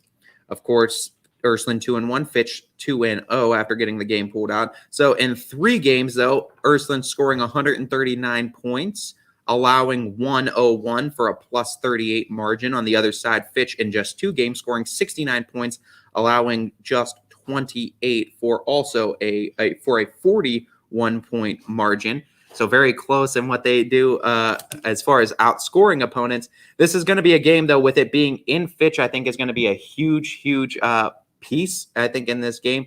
But it's Sherwood and Shannon, number 3. It's our final installment of seeing Sherwood and Shannon. And what a treat do we have lined up tonight. That's going to be, I think, the most exciting part is seeing 2 phenomenal quarterbacks duke it out. But they don't actually play each other. No, they don't. But they duke it out. And it's going to come down to the defenses. And I think that's the biggest question. I think that's what's worrying a lot of people in Ursuline right now, looking at what this defense has done.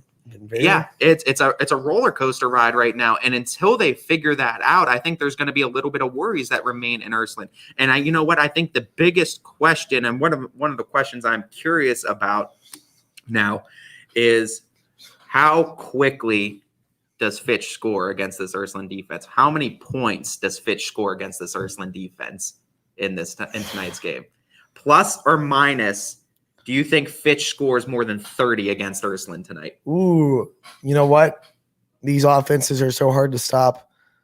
I'm going to say plus 30. Plus 30. Where's your margins going to be? What's your total amount of points in this game? Total combined points from both teams. Do you think it's – well, here, I'll expand it. Over, under 80 combined points in this game. Let me do the math. You're at – oh, boy.